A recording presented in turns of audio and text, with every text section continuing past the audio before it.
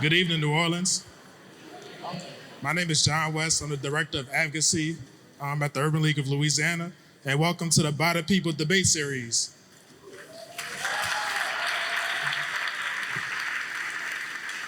This debate series is presented by the Urban League of Louisiana, a coalition of 20 community partners, and we're hosted today at Xavier University of Louisiana. Please join me in welcoming Xavier University's president, Dr. Randall Verrett.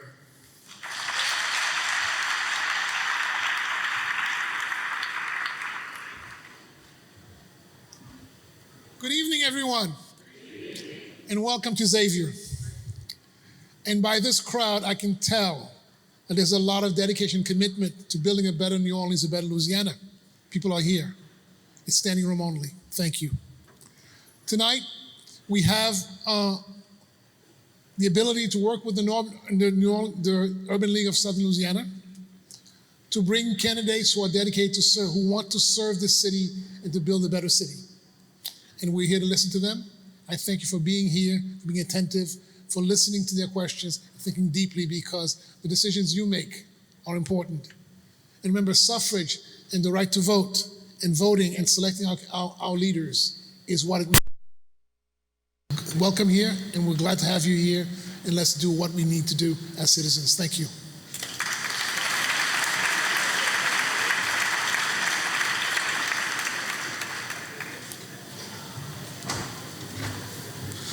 Ladies and gentlemen, please welcome Urban League of Louisiana's President and CEO, Judy Reese-Morse.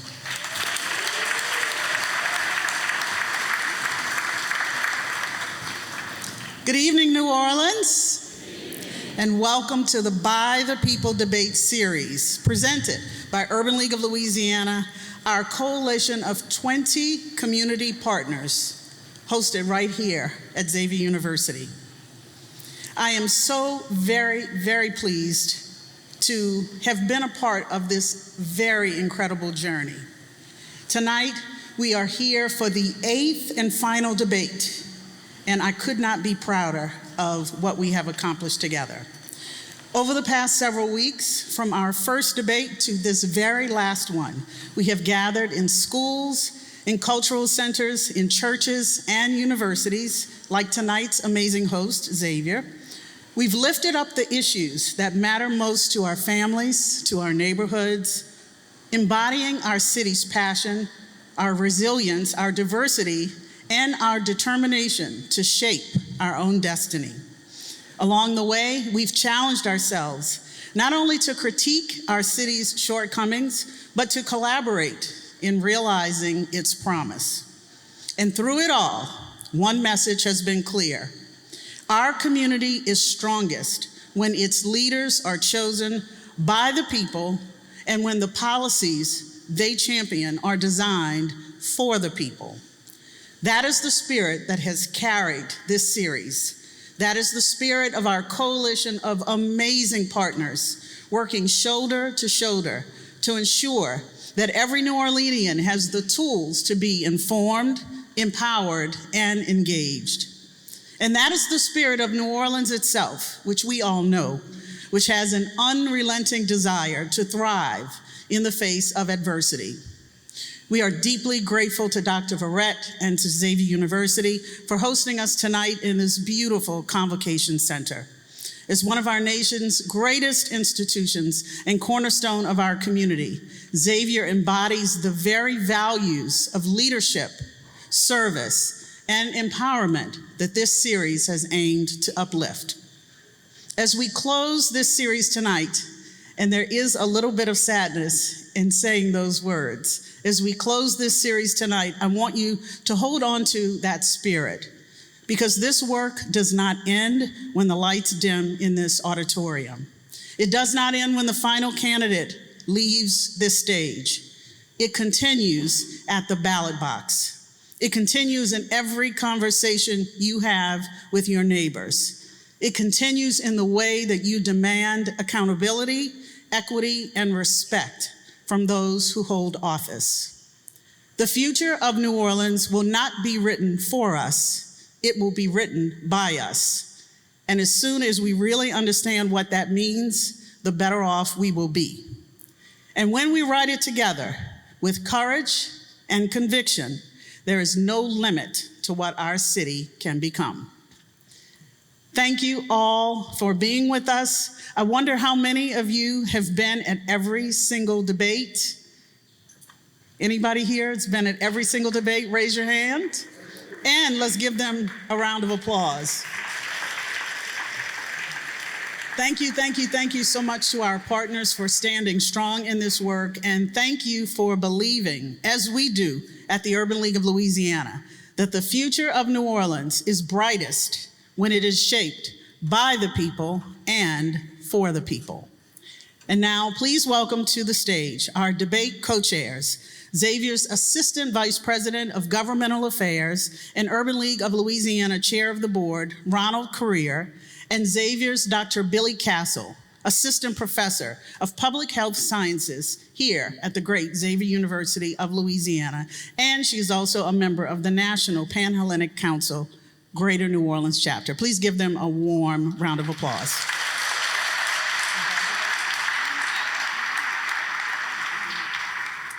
Thank you. I'm excited to introduce our first moderator, Ms. Makisha Judson. Ms. Judson is a well-respected government relations and public affairs professional, having worked for and advised companies such as Shell, the Louisiana Department of Economic Development, Nebraska's Department of Health and Human Services, and Louisiana's Department of Children and Family Services. Ms. Judson has worked across party lines to pass significant pieces of legislation in support of the Louisiana's film and entertainment industry, competitive business and industry incentives, and resources to support Louisiana's small businesses, as well as advance legislation to protect and empower children and families, both in Louisiana and Nebraska state legislators. As a DEI expert and advocate, Makisha has partnered with higher education institutions and currently assists corporations with social responsibility and investment initiatives and community engagement endeavors. Ms. Judson serves as a proud board member of the Urban League of Louisiana Board of Directors and the River Parish's Community College Foundation Board. A native of Baton Rouge, Louisiana, she is a proud member of Delta Sigma Theta Sorority Incorporated and an alumna of Southern University and A&M College and Louisiana State University. Please join me in welcoming Makisha Judson to the stage.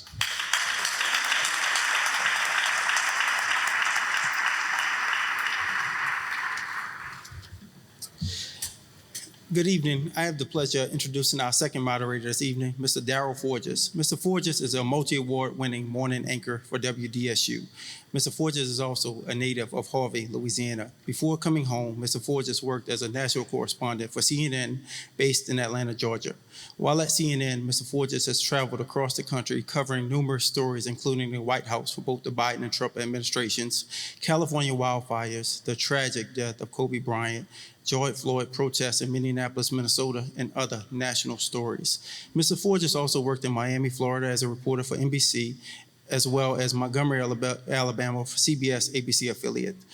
Overall, Mr. Forges has obtained several awards, including an Emmy, South Florida's 30 Under 30 Future Black Leaders of Tomorrow, the University of West Georgia's Thriving Under 30, and the UWG 2022 Spotlight Award, which was awarded to young West Georgia alum who has brought credit to the university in a relatively short period of time. Mr. Forges is a proud graduate of the University of West Georgia and takes pride in mentoring future journalists and giving back to the community. Mr. Forges has been married to his wife, Kia, for 3 years, and they have a beautiful daughter named Kai. Please welcome Mr. Darryl Forges to the stage.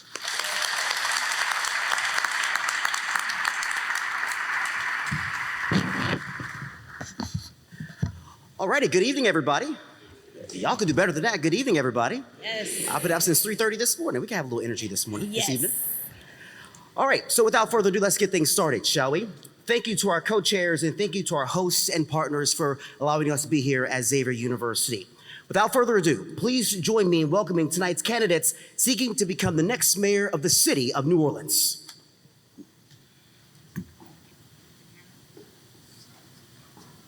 Thank you to our candidates. You may come on to the stage. Please welcome them.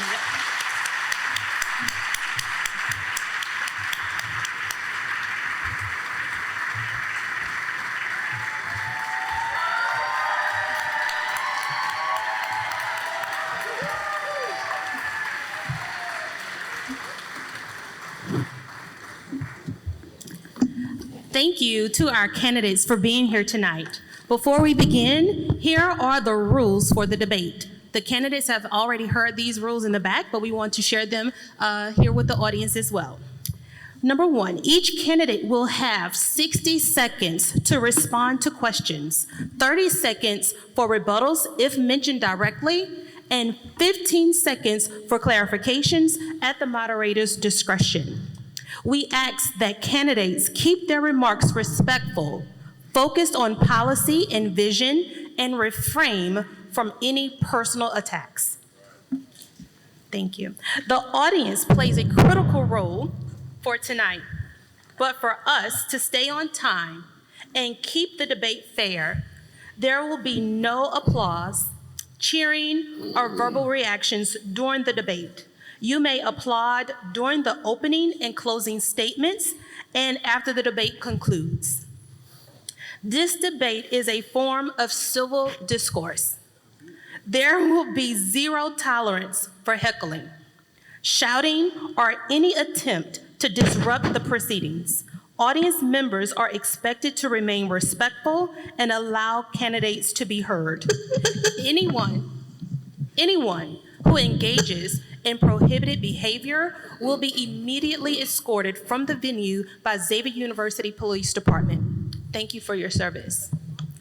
Time limits will be strictly enforced to ensure fairness for all candidates by moderators and our timekeeper seated here below. Let's begin tonight's debate. And we'll begin with opening statements. Each candidate will have 1 minute to introduce themselves and share their vision for New Orleans. We will go in ascending alphabetical order. So we'll begin first with Mr. Bickledge. Mr. Bickledge, you have 60 seconds. Thank you.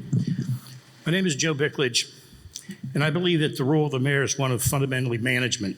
It requires the ability to delegate responsibilities to knowledgeable and capable individuals, and then to follow up with that and build an effective, consistently reviewing process so that the essential goals and track record that we're looking for our city is met. Transparency in all operations of the city is fundamental.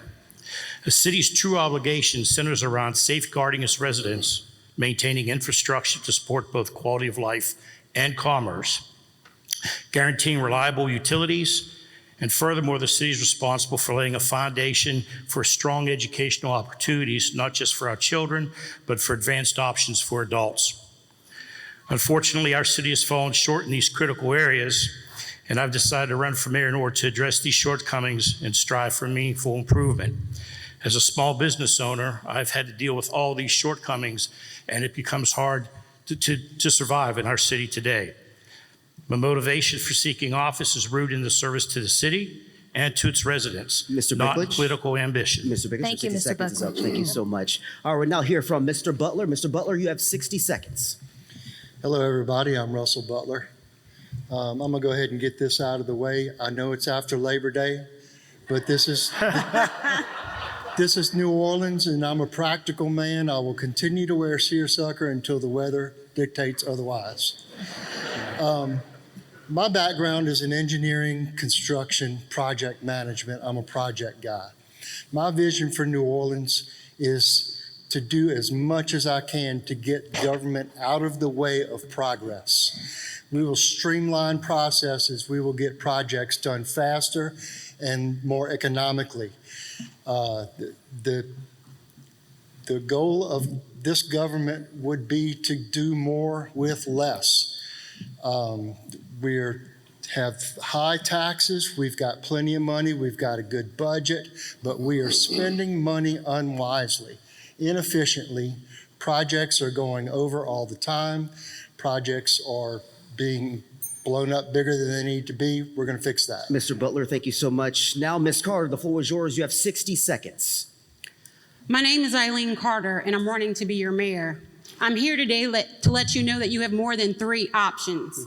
We're going to cut the gatekeeping in the city of New Orleans. So thank you to the Urban League, who has allowed all of us to be on the stage. With that being said, I spoke up in the recall in 2022. I led.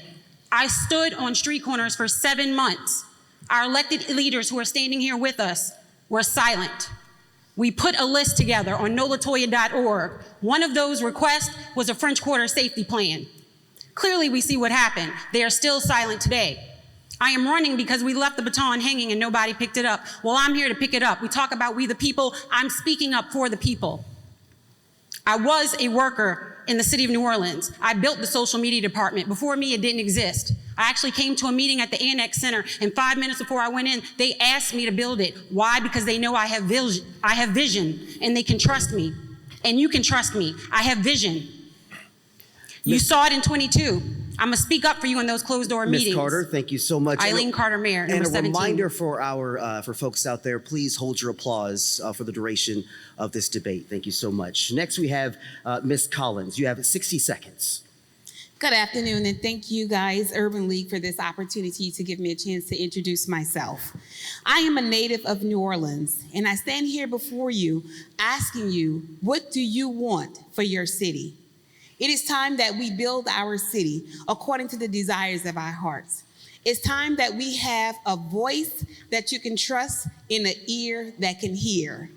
I've been to so many council members' meetings. I've asked for the due process. I asked for life, liberty, and the pursuit of happiness, and it wasn't given to us. I stood up for you without even knowing who you are, but I know that our city deserves better. I know that we can have a better New Orleans. And so I'm asking for your support, and I'm also asking for your vote. But most of all, I'm asking you to get to know me as we build a better New Orleans. I'm Renata Collins. I'm number 18 on the ballot. For a better New Orleans, we ready. Thank you. Ms. Collins, thank you so much. Senator Duplessis, you have 60 seconds. Good evening. It's great to be home here at Xavier University. My name is Royce Duplessis, and I'm honored to serve this community. I'm running for mayor because I want to make New Orleans a more affordable city. I want to make New Orleans an easier city to live. For the past 4 to 8 years, we've lost over 20,000 people in our city. People leave a city because of the dysfunction that's been coming out of City Hall. It's time to turn the page on the dysfunction and bring in a collaborative style of leadership, a new generation of leadership, to solve the problems that have been plaguing our beautiful, lovely city. This is a city of promise. This is a city of beauty. This is a city that's better than what it is right now, and we all know it. I have the experience, the vision, and the plan to move us in a new direction. It's not enough just to know the system, but we need someone who's willing to change the system, and I'm that person. The values that I learned under Dr. Norman C. Francis as a student right here has prepared me. Senator Duplessis, thank you so much. Mr. GNOHA, you're up next. You have 60 seconds. Thank you, Urban League, and thank you, Xavier University. My name is Frank Robert GNOHA. I'm a native-born son of New Orleans, born and raised in Mid-City, and a third-generation descendant of legal Sicilian immigrants who built the infrastructure of this city in the 1910s, 20s, and 30s. My life was shaped by the grit of a hardworking upbringing where I learned the value of hard work, I learned the value and the power of education. For more than 50 years, I've served the people of New Orleans as a certified public accountant, a CPA, helping families and businesses navigate their finances. Today, New Orleans is drowning in debt. We've got over $1 billion of debt and $100 million annual budget deficit. I'm the only candidate in this race that has the financial expertise and the experience to fix this crisis. When we restore fiscal discipline, everything else will fall in line. Safer streets and reliable services. I'm number 22 on the ballot. Mr. GNOHA, thank you so much. We continue now with Councilwoman Moreno. You have 60 seconds. Thank you. Well, good evening to everyone. It is great to be here and great to be at this forum sponsored by the Urban League, a group that I've had the great pleasure to work on many, many initiatives with, including criminal justice reform, including access to voting, including creating more economic opportunities for the people in New Orleans.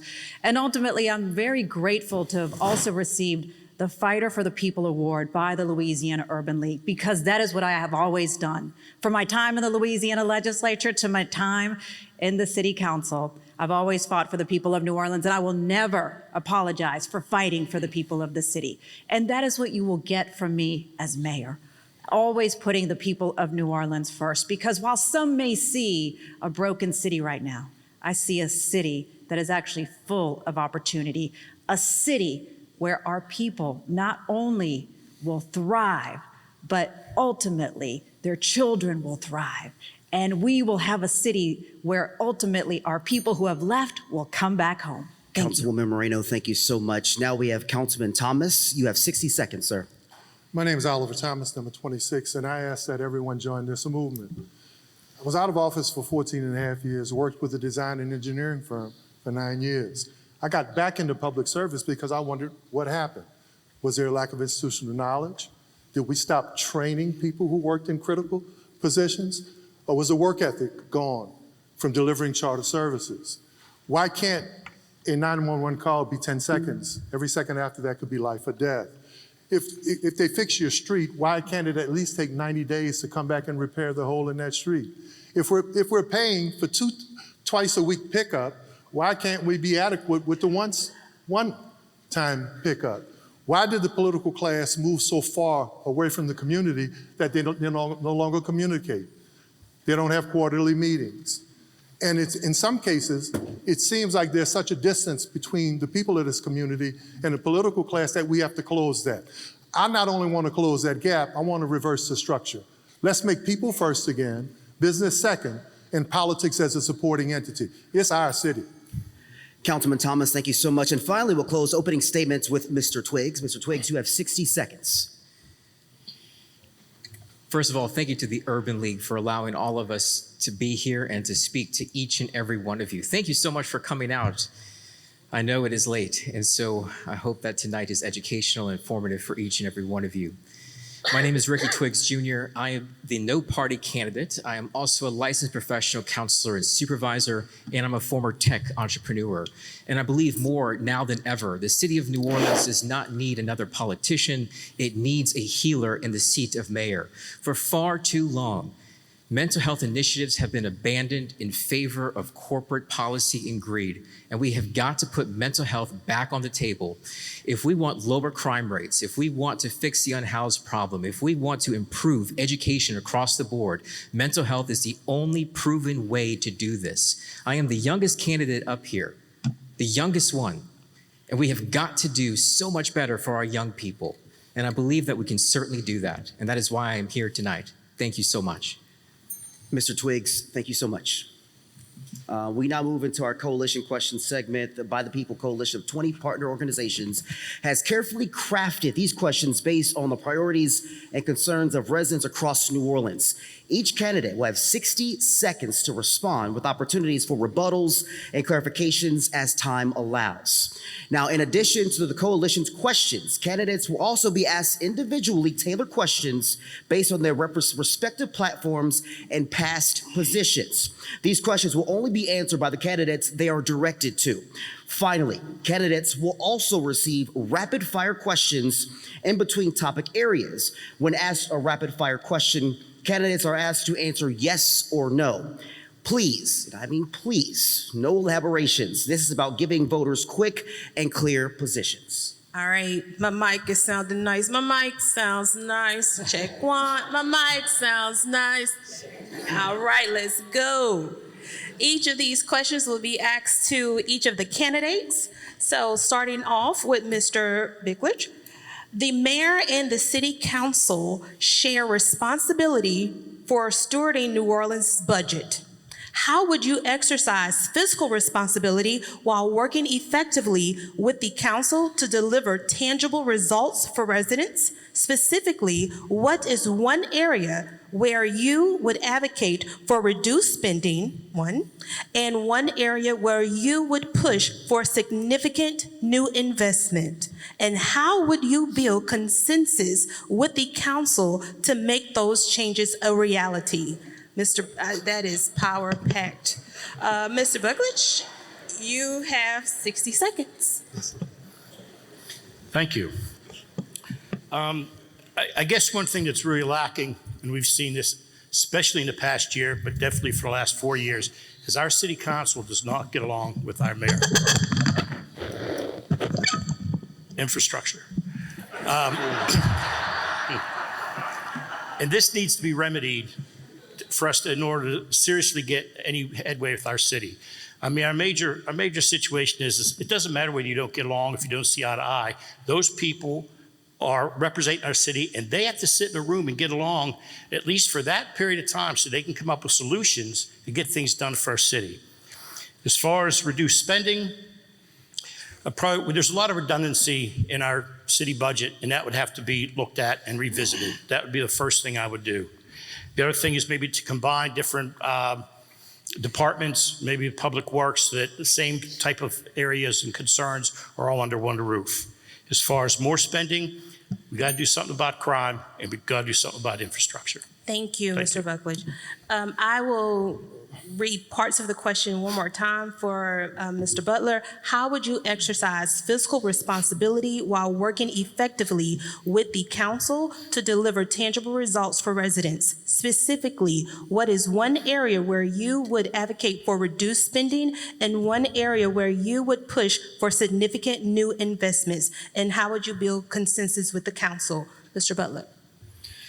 Yes, my approach would be that I would decrease spending everywhere we possibly can so that we can transfer money to infrastructure and crime. Many departments, the city has so many departments, nobody even knows what a lot of them do or if anybody works there. We're going to consolidate some of those departments and put those budgets together and work leaner. But definitely money has to go towards flood control, which has got to be the top priority. If we can spend money wherever we want, but if the city floods again, we're going to have serious trouble. We got to fix our flood control problem. We got to fix our streets. We've got to clean the streets. We've got to pick the garbage up. And that will bring investment into the city to actually increase our budget, our income, so that we have more money to spend. Thank you, Mr. Butler. Ms. Carter, you're up next. Number one, I'm going to bring coordination back to City Hall. In my plan online at eileencartermayor.com, in my 90 days, my first 90 days, I want to have a state of the city. Each department needs to tell you what's going on. That's the short version. But specifically to your question, the budget, we're going to work lockstep with each other. And what would I put money into? An Office of Education. We need coordination. I'm not talking oversight, I'm talking coordination. There's a template for it. There's an Office of Criminal Justice Coordination. Some of you might think that's funny. I do too. There's an office for it. When we get both of those offices together working properly, we will see it manifesting in our streets. And what would I downsize? One example is the Office of Resilience and Sustainability. Why Lincoln Beach has taken so long is because it's not partnering well and working with the engineers. Our engineers are in public works. We need to look at these offices, downsize some of our government, and put them where they need to be put them where they need to go so we can work for you and get it accomplished. Thank you, Ms. Carter. Next, we have up Ms. Collins. Thank you. As your next mayor of New Orleans, the first thing I would defund is out-of-state consultants. Before I continue to get people's information that does not live here in the city of New Orleans, I will cut the funding there. The next thing, how I will work with the city council, I will be at the council members' meetings as your mayor so I can hear what you're saying. And if I'm not there, I would listen to the conversations that were being had, because I cannot just take a people in politics information alone. I want to hear your concerns as your next mayor. What I will put the money into is mom and pop shops. We will revitalize mom and pop local vendors. We must build our city off of our talents, our people, and our purpose. Thank you. Thank you, Ms. Collins. Next up, Senator Duplessis, 60 seconds. So I'm going to answer the last question first regarding the mayor and the city council. Everybody should know that the city council is primarily responsible for three functions: the regulation of energy, land use and zoning, and the budget. The mayor presents the budget, but the council adopts it. And the city of New Orleans is currently facing a $100 million budget deficit. Actually, the number is more like 140, so just be prepared for that. What we have to do within the first 60 days is a hard audit to find out where we're spending too much. My goal would be to go in there to find out where there's waste. I believe we can probably cut back on money that we're spending on outside consultants and spend more to hire public works managers to go in and fix these streets. So my priority would absolutely be the streets, more investing there. But the key is working collaboratively with the council. We have not had that, unfortunately. And as a result, our city has suffered. And the city needs to be aware of that. This $100 million deficit is going to be a huge problem for the city of New Orleans, but the priority would be to invest more into our streets. Thank you, Mr. Duplessis. Next up is Mr. Januso. The problem is that the mayor proposes the budget. My philosophy is that the individual citizens of the city of New Orleans should have a bottoms-up approach to city government. City government needs to hear from the people first, not be dictated to by someone in an office at 1300 Perdido Street. My suggestion with regard to the city council is that they utilize the multitude of neighborhood associations all over the city, get them together for bi-monthly meetings, hear what the people want inside the city. Yes, everyone needs better streets and better drainage. There's no question about that. But with a $100 million deficit, it's almost impossible to take care of now. So the mayor, while has the ability to offer the budget, the city council needs to reconcile that budget with reality and what the people want. It's got to be bottoms up, not top down. Thank you, Mr. Januso. Next, we will have Councilwoman Helena Marino. Thank you. Well, I really look forward to working with our next city council. And the way that good mayors work with their city councils is that we learn about their priorities, and then we help them achieve their priorities in their districts. Shouldn't be looked at as any council member trying to one-up me in any way. This is about all of us working in coordination and collaboration to ultimately elevate our entire city. So I look forward to working with that level of collaboration with our next city council.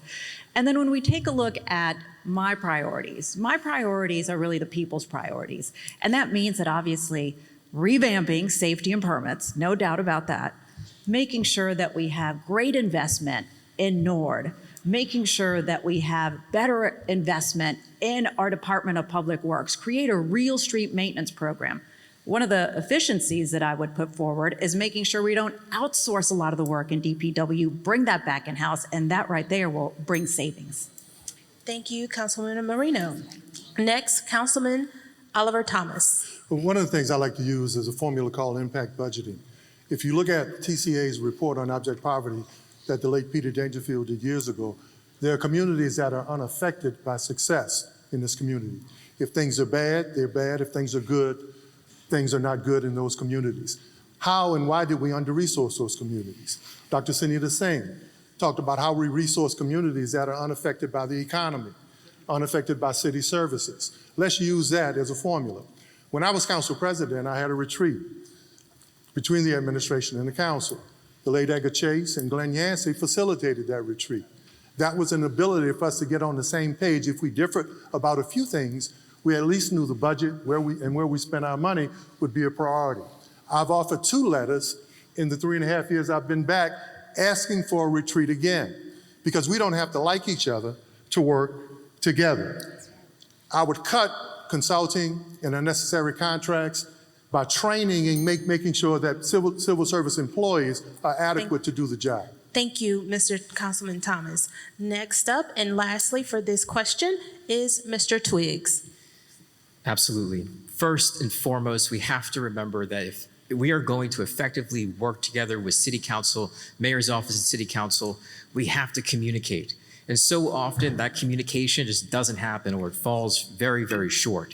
What we have to do is remember that if we don't approach each other with respect, nothing will move forward, and the people that get hurt are you. We have got to make sure that you are put at the center of all of the discussions, and you have not been. Secondly, I wouldn't necessarily cut anything. I would just reallocate. I don't believe that with a $1.8 billion budget, we have to cut anything. What we have to do is make sure that our investments are going where they are allocated to go appropriately. We need more mental health services across the board. We need to make sure that the Department of Public Works puts our people to work and that it provides scholarship opportunities so that way we can give our community trade jobs and a career path and not some outside contractor who just doesn't care about our streets. Because if they did, they'd be fixed by now. Thank you, Mr. Twiggs. That will conclude this segment. Mr. Darrell. Mr. Twiggs, going to stay on you, sir. This question is tailored specifically for you. Your action plan spans mental health, education, and job creation, but you've also campaigned strongly against what you call the monopoly of machine governance. If elected, how will you both challenge entrenched political structures and still collaborate effectively with other elected officials to implement your agenda? And also, what's your plan for coalition building without compromising your principles? 60 seconds. Absolutely. In mental health, there is a concept on how to create goals. It is called SMART goals. SMART goals are defined as specific, measurable, achievable, relevant, and time-bound. But we have to remember that if we want to make systems work, they have got to have you in mind. And for far too long, you have not been put first in those conversations. Corporations have been put first in those conversations to your detriment. What I would propose is a radical change, and here is an example. Entergy New Orleans should be converted back to NAACP. This is an absolute necessity. If we want to have a true accountable structure, it cannot happen with a corporation in the background. What we have to make sure of is that if we want to have true affordable living and affordable utilities, we've got to make them work for us and us not work for them. Because now we have not only Entergy New Orleans, but Delta Utilities. It will only get worse for you. Mr. Twiggs, thank you so much. Next up, to Councilwoman Marino. Improving working conditions for city employees is one of your goals. What is the first measurable policy or administrative reform you would enact to begin delivering real improvements in regards to improving working conditions for city employees? Thank you for that question, because it begins with leading by example. As mayor, I will be a 24/7 mayor, and I can tell you that no one will outwork me. So I will lead by example, and I'll ensure that I have department heads who also have that level of work ethic. I can tell you that the issue that we have right now at City Hall is really just the very low morale that's happening with our city employees.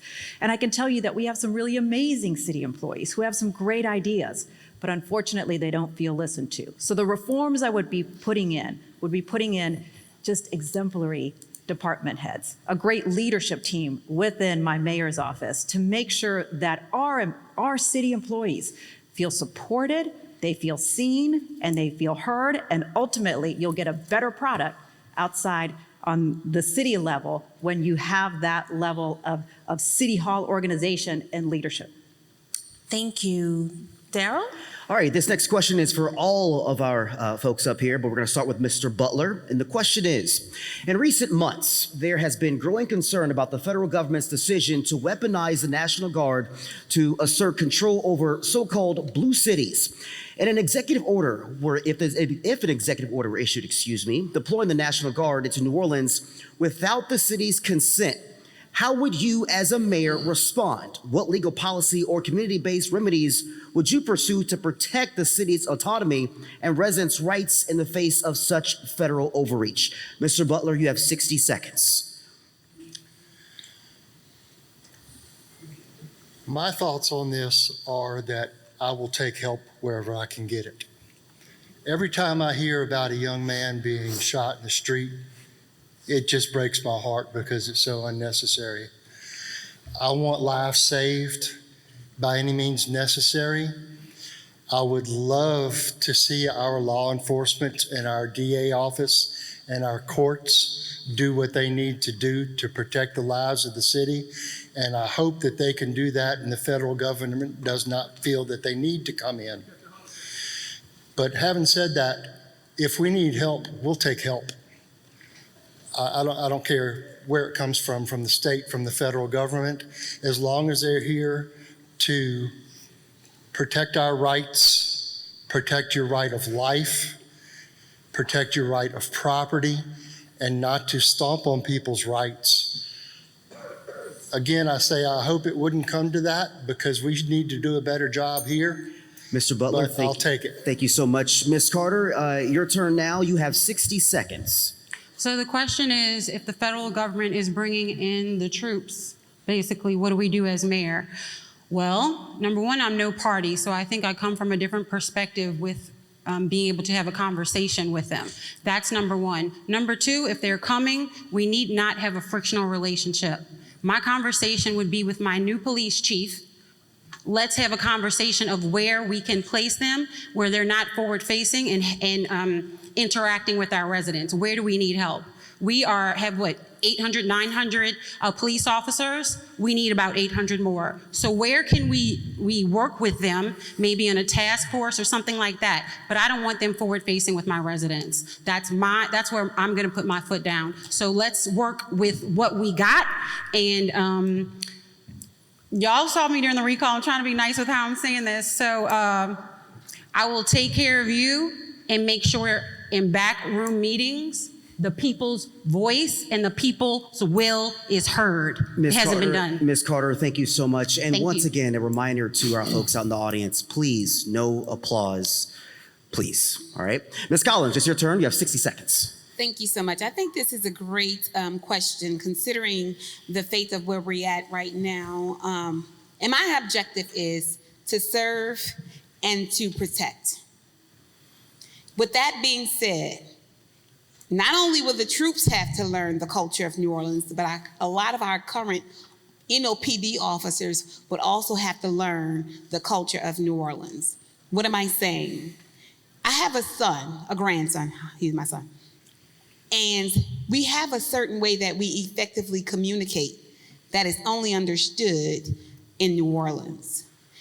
When we lived in Minnesota, I was told that my daughter was rude, and I didn't understand it. It wasn't until I had a friend who said, if my stepsister wasn't from New Orleans, I would think you were so rude and disrespectful. So it's the culture differences, and they do exist. But before any troop come into our city, they will learn the New Orleans culture and serve and protect. Ms. Collins, thank you so much. Senator Duplessis, you're next. You have 60 seconds. So I welcome federal support too, but not in the form of federal troops.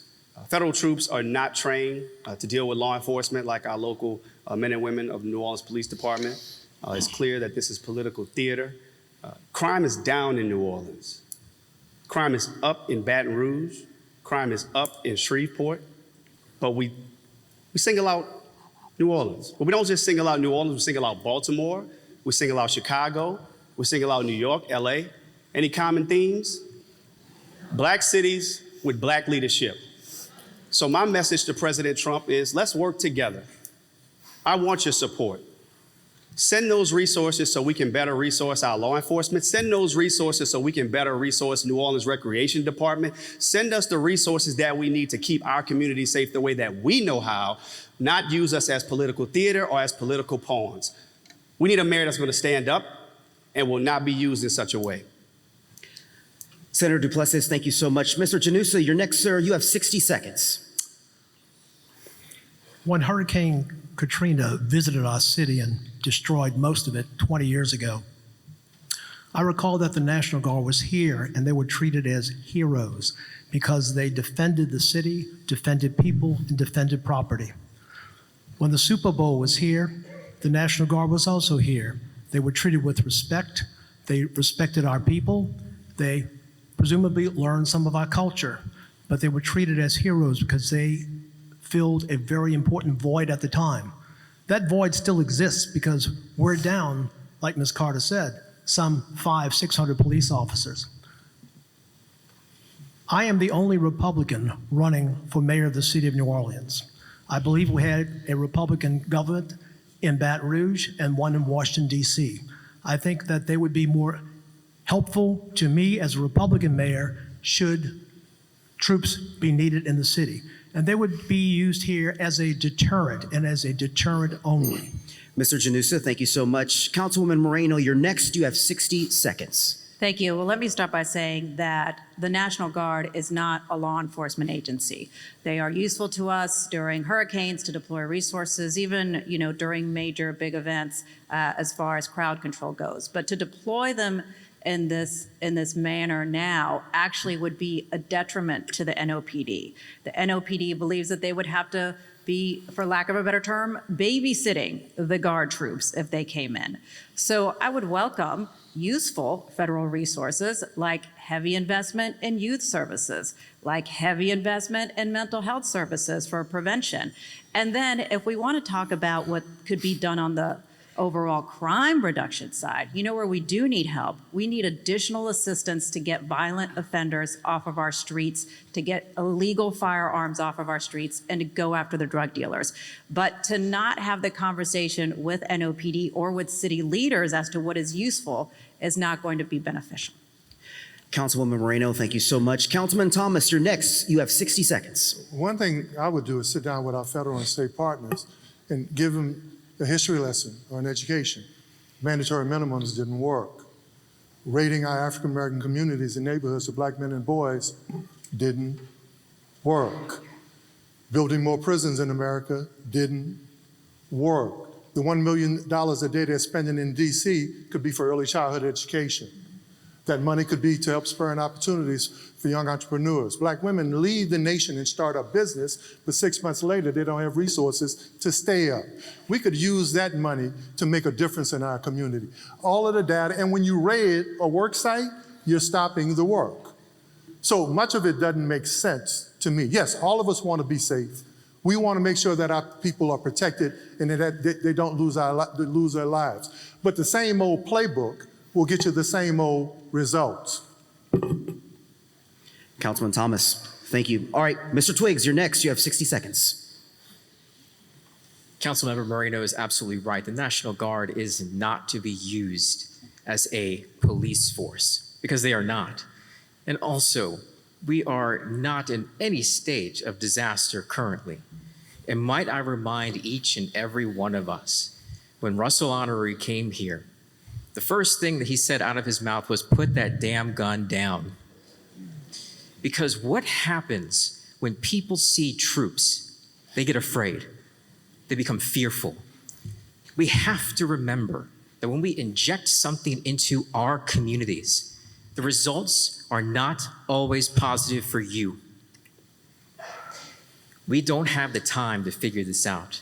We are on a downtrend with crime, and if we continue, we will have, for the first time, an ability to stabilize crime in the city of New Orleans. We are on that path right now. Do not mess this up. Thank you. Mr. Twiggs, thank you so much. Mr. Bickledge, you're next. You have 60 seconds. As a city with progressive values and situated right now with predominantly conservative state and even more conservative federal government, we have to carefully manage the relationships with everyone that's making decisions to come into our city. I think what we have to do is welcome help, but we have to make sure that they have the same goals that we do for them being here. I think our NOPD should take the lead as they have for Mardi Gras and Jazz Fest. And my commitment would be to uphold the community's distinct values and culture when we have these guests here to help us. While we will fiercely protect our independence, we'll also seek collaboration and support whenever we need it and wherever we need it. We should never let pride get in the way of progress or needed assistance. All right, Mr. Twiggs, thank you so much. Mr. Bickledge, thank you so much. Really appreciate it. All right, that will conclude those questionings. We will now conclude the governance and transparency section with 2 rapid fire questions, starting with Ms. Collins, then Mr. Twiggs, and on down to the remaining candidates. I will ask the first. Simply yes or no. If elected, would you commit to a public first 100 days roadmap identifying required ordinances, budget needs, and implementation timelines for your stated policies? Yes or no? Yes. Yes. Yes. Yes. Yes. Yes. Yes. Yes, did it. Yes.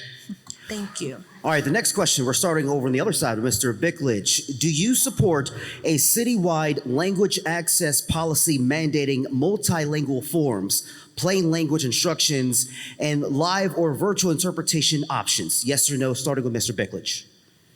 Yes. Yes, did it as social media manager. Yes or no?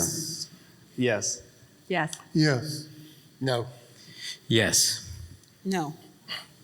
Okay, for those who said no, which I believe we have 2 candidates, you have 60 seconds to explain no. Starting with Mr. Butler. Mr. Butledge, and you look great in your white, but starting with you, 60 seconds to explain no. Different languages throws up barriers. If we're all speaking the same language and the same culture, then we can work together much more efficiently. Everything that I do is more about efficiency. If we can't communicate with each other, we can't work together as efficiently. Trying to do everything in so many different languages is only going to add confusion, add layers to bureaucracy where somebody needs help from a governmental department or agency. We're going to be calling in, I don't know, translators for everybody that comes in the door. I just don't know how that works. I think we all need to try to speak the same language. All right, thank you. Ms. Collins, you also said no, 60 seconds to explain that answer. As a native of New Orleans, our identity has been being vastly being removed. I want to feel as if I still live in New Orleans. I am not saying no to all, but you will know the land you're in because the verbiage, the English that you'll hear. As a native to New Orleans, I matter, you matter, we matter.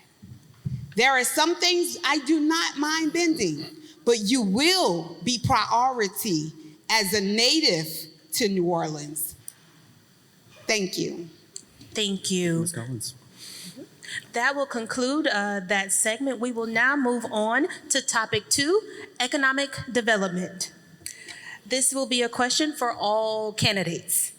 City permitting and procurement are often slow, complex, and favor larger or well-connected businesses. What reforms would you support to ensure fairer, faster, and more transparent access to city resources for small and minority-owned businesses? We will start with Ms. Carter. 60 seconds. I prayed you started with me. On this stage is our chair of economic development for the city of New Orleans for the past 8 years. She is currently asking for a promotion. Look at economic development in the city of New Orleans. Do you believe they deserve a promotion? Now, we talk about safety and permits. Our city council members, if you read the charter, and I wrote y'all, if you want the short version, Eileen Carter Mayer, I got a book for you, the PDF is free. They have oversight over every city department, so you can have the great ideas now. Why didn't you have it for the past 8 years, the past 4 years, or whatever years you were there? We talk about all of this is going on at City Hall. You were there when it was becoming a dumpster fire. We currently have 83% of our residents who do not agree with this administration. Where were you? The recall spoke up. Where were you? There are 50,000, approximately 50,000 registered voters who helped with the recall. Thank you so much, Ms. Carter. We appreciate that. Thank you. We would allow for a 30-second rebuttal if that would be warranted. I'm assuming you're talking to me? I didn't name any names. I'm saying our chair of economic development, they can speak for themselves. You didn't name any names, but I didn't name a name. It was directed. So I'm good. People know the truth. I'm good. Exactly. Also, just really quickly, just really quickly for our audience, please limit your comments and applause once again, okay? We're gonna do this decent and in order, please. Thank you very much.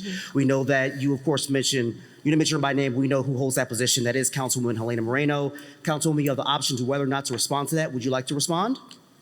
I'll say this, obviously on the legislative side, proud to move forward with the bio district, proud to fully fund Lincoln Beach, but Councilmember Thomas did a great interview with Pastor Morton recently where he explained the functions of the city council and really legislative branches. And we are the ones who ultimately do the appropriating, but we do not run operations. So I'm really excited when I'm mayor to run operations and really build up and boost up our economic development department so that we can focus in on New Orleans East and so that we can ensure that our young people have opportunities, so we can build up workforce opportunities and support our small businesses. Thank you so much. We will now move back to the original question. I'll reread it really quickly. City permitting and procurement are often slow, complex, and favor larger or well-connected businesses. What reforms would you support to ensure fairer, faster, and more transparent access to city resources for small and minority-owned businesses? Ms. Collins. Thank you. As a mom and pop shop, because that's what I definitely am, because according to definition, majority of the businesses here are basically mom and pop shops. I have done businesses in every parish, also in Orleans Parish, and I'm still waiting for the permit to do business in Orleans Parish. So what I would do is I would take how Jefferson Parish and St. Charles Parish used their model and implement it here in the city of New Orleans because it is durable. And once we have that, we'll have faster time within a day or two, being able to employ more people so we can get the job done. We have to bring the abilities to hire more people so we can get these permits going in and out. And the biggest issue I'm not understanding why they're having the issues is because they don't come out and do proper presentations or zoning and looking to see what's happening. It's a paper. So my goal is to get us permitted, get our business started, and move forward. Thank you so much. Senator Duplessis. I want to begin answering that question by thanking all of the men and women who work at City Hall. They work hard. They do their best with what they have. Most are underpaid. Most are underappreciated. But they're working with within the conditions that are historically, this is how we've always done things.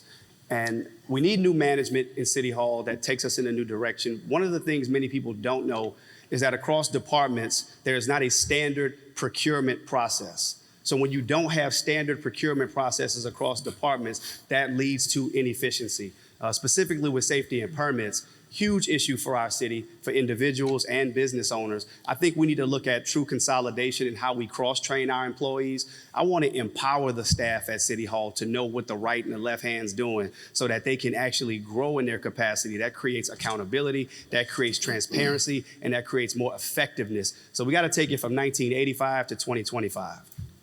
Thank you, Senator Duplessis. Next up, Mr. GNOHA. The city permitting department has two speeds, slow and off.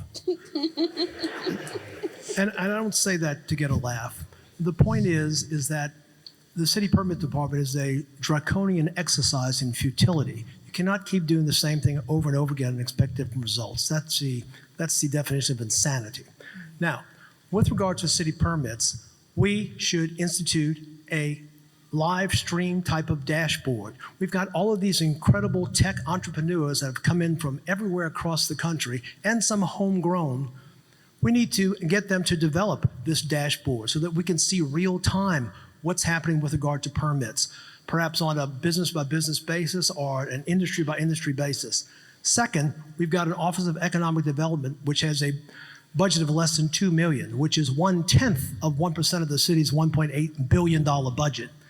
That needs to be multiplied by a factor of 10. We need to spend $20 million on economic development. Thank you, Mr. GNOHA. Next up, we have Councilwoman Helena Moreno. Thank you. Well, council members definitely know just how broken safety and permits is, because ultimately the city council has become like the concierge service for safety and permits. Like, people have to call their council member to try to get the very basic permits. It takes weeks to even get an occupational license. You're trying to start a business and City Hall is a barrier. So the way that we fix that is actually do what other parishes have done.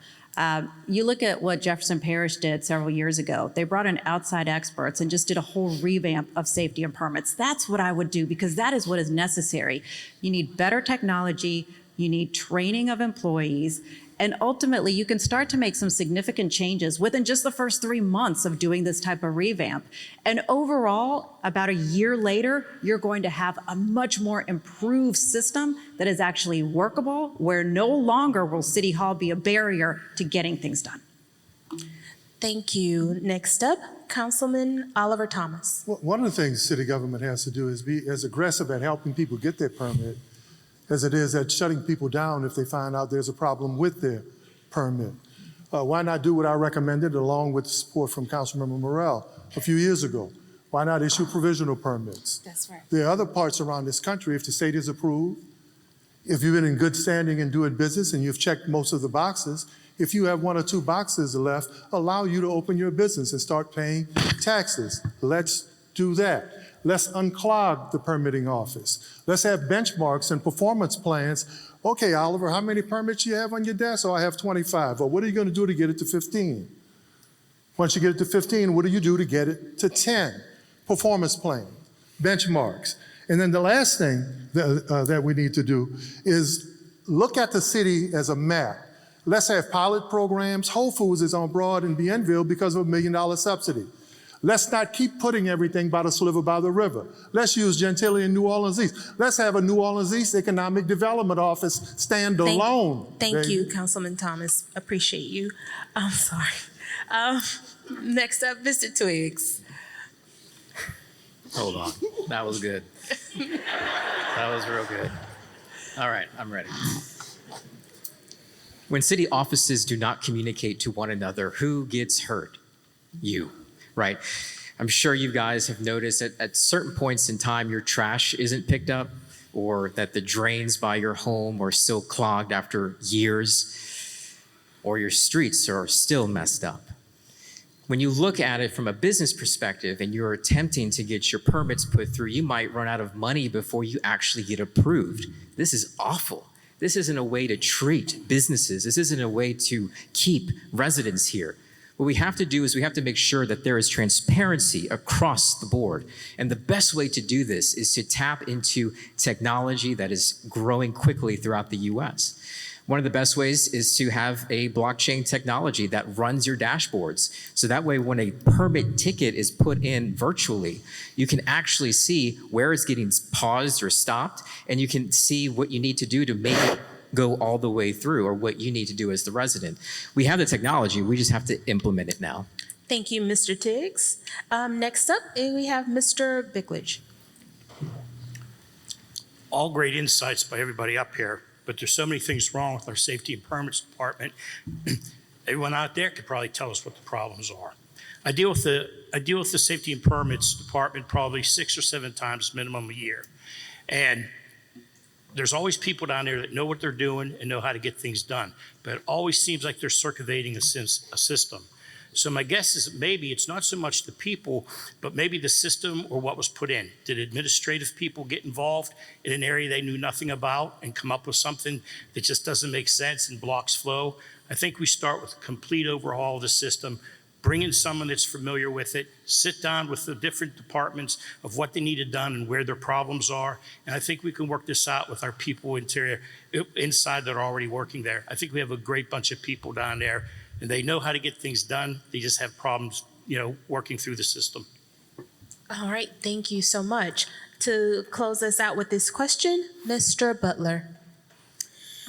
Yes, this is a very important topic of mine. As a nation, we are entering a trend of onshoring of businesses, where for the past, I don't know how many decades, we've been offshoring work. If you watch the news, Apple is investing hundreds of billions. GE is investing hundreds of billions. Hyundai has built a steel plant north of here. Other things are coming into the state, and we're missing out. We're missing out because it's difficult here. Things are difficult to get done, and we don't have the infrastructure, and we don't have the drainage, and we have a high perception of high crime that is keeping businesses out. We need to fix those issues, get businesses in, and I have been to the Department of Safety and Permits about 15 times in the last 3 months. Thank you, Mr. on one Butler. project. Thank you, Mr. Butler. All right, this next question is tailored for Councilwoman Helena Moreno. Councilwoman, you have said that attracting new industries and investment is critical for New Orleans East's comeback. How will you identify and prioritize which sectors like logistics, green energy, healthcare best align with local strengths and needs, and what policies like targeted incentives, workforce training collaborations, infrastructure upgrades will you specifically deploy to support them? So I'm the only one up here that's actually put on their website my plan for New Orleans East. And that includes, obviously, how do we really boost economic opportunities in New Orleans East? So first and foremost, I'm going to boost my economic development department to have a team that is solely dedicated to New Orleans East. Really focus in on ensuring that we retain businesses that are there and that we recruit additional businesses to come there and that we capture opportunities. For example, we have the new port, the new lit terminal coming in St. Bernard. We need to be working right now. The mayor's office needs to be working right now to bring in those particular job centers and additional opportunities to be able to service support. But at the same time, let me just say this, that right now, our economic development department only has an executive director and a part-time employee. Do you think that that is enough, 1.5 employees, to really handle economic development and job creation for our entire city? It is not. But I look forward to boosting this department and getting things done for New Orleans East. Councilwoman Moreno, thank you so much. Thank you. Thank you. The next question is to Mr. Bickledge. As a small business owner,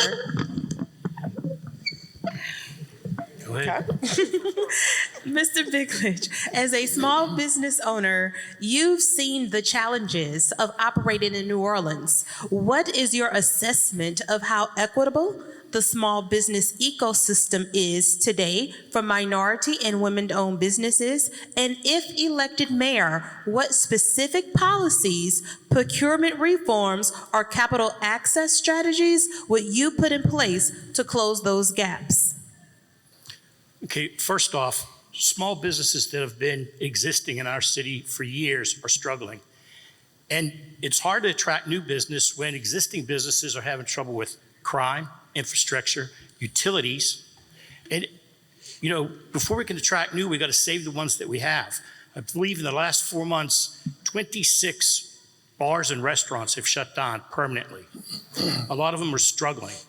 And before we can offer opportunities to somebody, we got to be able to take care of what we have, and we need to expand on that. As far as opportunities for minority and women businesses, I'm all for it. A lot of bars and restaurants are owned by women, and they're struggling, not because they're women, not because of lack of money or funds, because our system does not allow you to be successful. It's hard with the infrastructure we have, the problems. Almost every business I know has a boiled water protocol, which we got to use 6 or 7 times at least a year. And we have crime issues. So I think these are areas that we're going to have to work on. Thank you, Mr. Bickledge. All right, this next question is for all of our candidates on stage. And the question is, in 2024, the Sea Change Collective and Urban League of Louisiana released a good jobs report defining a good job as full-time work with a livable wage, benefits, and savings potential for homeownership. Now, if elected, what industries would you prioritize to attract and expand good jobs, and how will you retain existing businesses? Ms. Collins, you're up first. You have 60 seconds. As the next mayor of New Orleans, should you guys elect me, the businesses that I will definitely attract is the water. I want to be extremely competitive with Miami.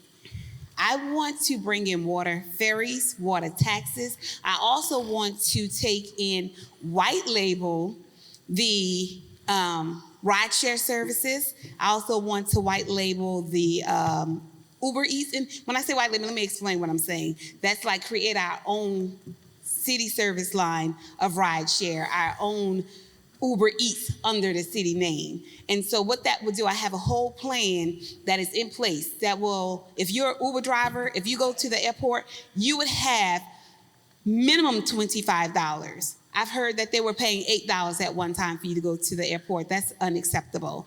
What we have become is a big service industry. So as the next mayor, I have quite a few plans that will be in place so that we could be able to effectively thrive, but we will be able to maximize our water. Ms. Collins, thank you so much. Senator Duplessis, you're next. You have 60 seconds. When I was in high school, I thought I was going to follow in my brother's footsteps and be a superior athlete. After 10th grade, my coach pulled me aside and said, "Do you ever think about speech and debate?" The point of the story is that in life, it's usually best to play up your strengths. So we as a port city have not remained competitive, so I will be a leader on the port, particularly with the container terminal expansion project. Great opportunity for jobs, well-paying jobs. And the tragedy about the port is that unless your family was a member of the longshoremen, you probably didn't know that there was opportunity right there in our own backyard for growth. We need to invest more in healthcare. We need to invest more in biotech. That's why the bio district is so important, and the redevelopment of Charity Hospital. We have to grow beyond tourism and hospitality. We're certainly going to work and protect tourism and hospitality. But I think the low-hanging fruit right now is making sure that that port project comes online. New Orleans East can benefit from that for certain, as well as the redevelopment of Charity Hospital. We have to play up our strengths. Senator Duplessis, thank you so much. Mr. GNOHA, you're next. You have 60 seconds. Speaking about New Orleans East in particular, New Orleans East has something that any other city would just die for. They've got the 3 R's. They've got the river, they've got the roads, and they've got the rails. Those are all intricate portions of the delivery of logistics, the delivery of products, and also the delivery of services. That will go hand in hand with the port. I had the opportunity a few weeks ago to meet with about 20 Black pastors at the Communities of Hope. They expressed horrible situations in New Orleans East and in the Lower Nine. And they had their chat in front of individuals from the city's various departments, Sewage and Water Board, Department of Health, NOPD. And they made certain that they were listened to. And they described crime in very, very graphic details. That's one of the problems with New Orleans East. Cure that first. Mr. GNOHA, thank you so much. Councilwoman Moreno, you're next. You have 60 seconds. Thank you. So, and talking with, different big industry leaders really around the state and also around the country, what they say about opening offices here in the city of New Orleans is they really want to see a city where our overall way of, basic services here is really elevated. And New Orleans is a much easier place and much more affordable place for their employees to be able to live in. So that is why in my first 100 days, I really have to focus in on getting those basic services right, making sure that we're a safe city. We have a streets program, our street lights aren't broken, our traffic lights are timed. Those things are critically important to drawing in business. But at the same time, there has to be a better path to build up our small businesses and our Black-owned businesses as well. And one legislative item I had, a mentor-protege program that we launched here in the city of New Orleans, unfortunately was never implemented by this mayor. But I look forward to implementing that when I become mayor. Councilwoman Moreno, thank you so much. Councilman Thomas, you're next. You have 60 seconds. Man, first of all, New Orleans has a bunch of assets that we can take advantage of. We hear talk about the new lit terminal in the port. Well, guess what? We have 2 of the busiest waterways in North America, the intercoastal and the industrial. They connect to the 33-state tributary system. If our president is talking about bringing manufacturing back, then what better than to incentivize manufacturing with those 2 waterways that's going to feed the rest of middle America. The other thing we need to do is let's stop fighting against nature and work with Mother Nature. Our natural topography offers economic opportunities. Ecotourism is an opportunity. We have one of the largest wildlife refuges in North America, and less than 1% of our 20 million people who visit can even explore to see what's happening at Bayou Sauvage. 340 different bird species. And we also, through New Orleans East, we have access by interstate and railway from Jacksonville to Santa Monica. So let's take advantage of our natural assets. Let's get rid of the stereotypes with many disparate communities, and let's open up all of New Orleans for business. Councilman Thomas, thank you so much. Mr. Twiggs, you're next. You have 60 seconds. Every single one of us wants to have a good job. Everybody here does. However, over 100,000 of our neighbors have left since Hurricane Katrina. This tells us that one of the greatest threats to not just having a good job is to be able to afford where you live. Affordability is an absolute crisis currently in the city of New Orleans. And until we start to address this, it doesn't matter how good of a job you have, you will be continuously priced out of where you live. We've got to make the city of New Orleans work for you and be something that you can actually not just survive, but thrive. And it hasn't been able to do that as of yet. What I propose is relatively simple. How about we unite the city's functions and core services into medical and mental health care? Maybe it's about time that we start to take care of our people, boost our economy by numerous ways. For example, again, Entergy New Orleans, switching that back to NAACP. I'm running out of time, so sorry about that, but. Mr. Twiggs, thank you, sir. Mr. Bickledge, you are next. You have 60 seconds. Our port systems probably offer such a significant opportunity for us, and it's so underutilized. It's a great asset to the city, and I think when we look at New Orleans East, what an opportunity there. As it's already been mentioned, we've got waterways, roadways, interstate, and rail. It's just perfect setup. So why isn't it getting done? Where are we lacking right there? So I think the first thing we have to do is have a strong case to evaluate our current port management, look at the companies who are there, open a dialogue with port companies, maybe do a national search to identify an experienced person that could come in and not only operate the port or give in clues, but also maybe attract more shipping and industrial into that area. I think optimizing the management strategies would be essential. And I also think that the full potential really lies on our basic infrastructure. Once we correct our 4 basic weak areas, there is no stopping New Orleans. Mr. Bickledge, thank you so much. Mr. Butler, you're next. You have 60 seconds. Yes, this goes right back to the same answer that I gave last time. Onshoring business, bring them into New Orleans. How do we do that? For the sake of this discussion, I'm going to group Lower 9 and East together. We have a company called Sunshine Foods that came in, and they're unloading grain, they're unloading vegetable oil, and they want to run a train through the Lower 9th Ward. And everybody says, we don't want that train. Then you're not going to get the jobs. I'm pro-train. We have a train track that runs right in front of Jackson Square. We've got one that runs through City Park.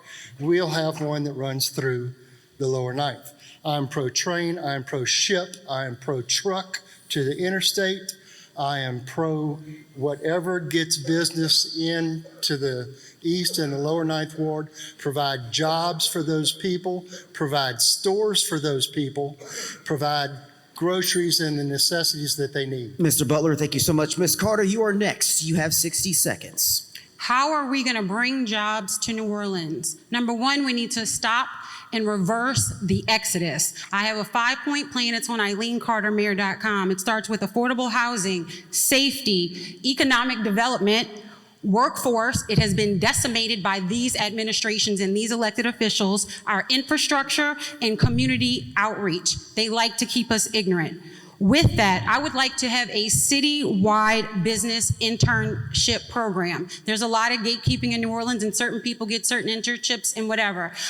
When I was out of town from Ida, I got this idea from Fayetteville, so shout out to Georgia while I was out of town. What they did was they partnered, and small businesses need help, right? Well, guess what? Our college students, I'm a Xavier mom because my son needs his hours every year. So we need to partner with our education and our charter schools and make sure that our children are getting ideas. They're seeing what they could be when they grow up. And if you start this in their sophomore year, by the time they're seniors, they partner with 3 different businesses. They're going to stay here. Our money's going to stay here, and so are our children. Ms. Carter, thank you so much. And now we're going to go to our rapid fire portion. Yes, we will end this segment with 2 rapid fire questions, yes or no, from each candidate. We will start at the far end with, I can't see. Mr. Bickledge. Thank you, sorry.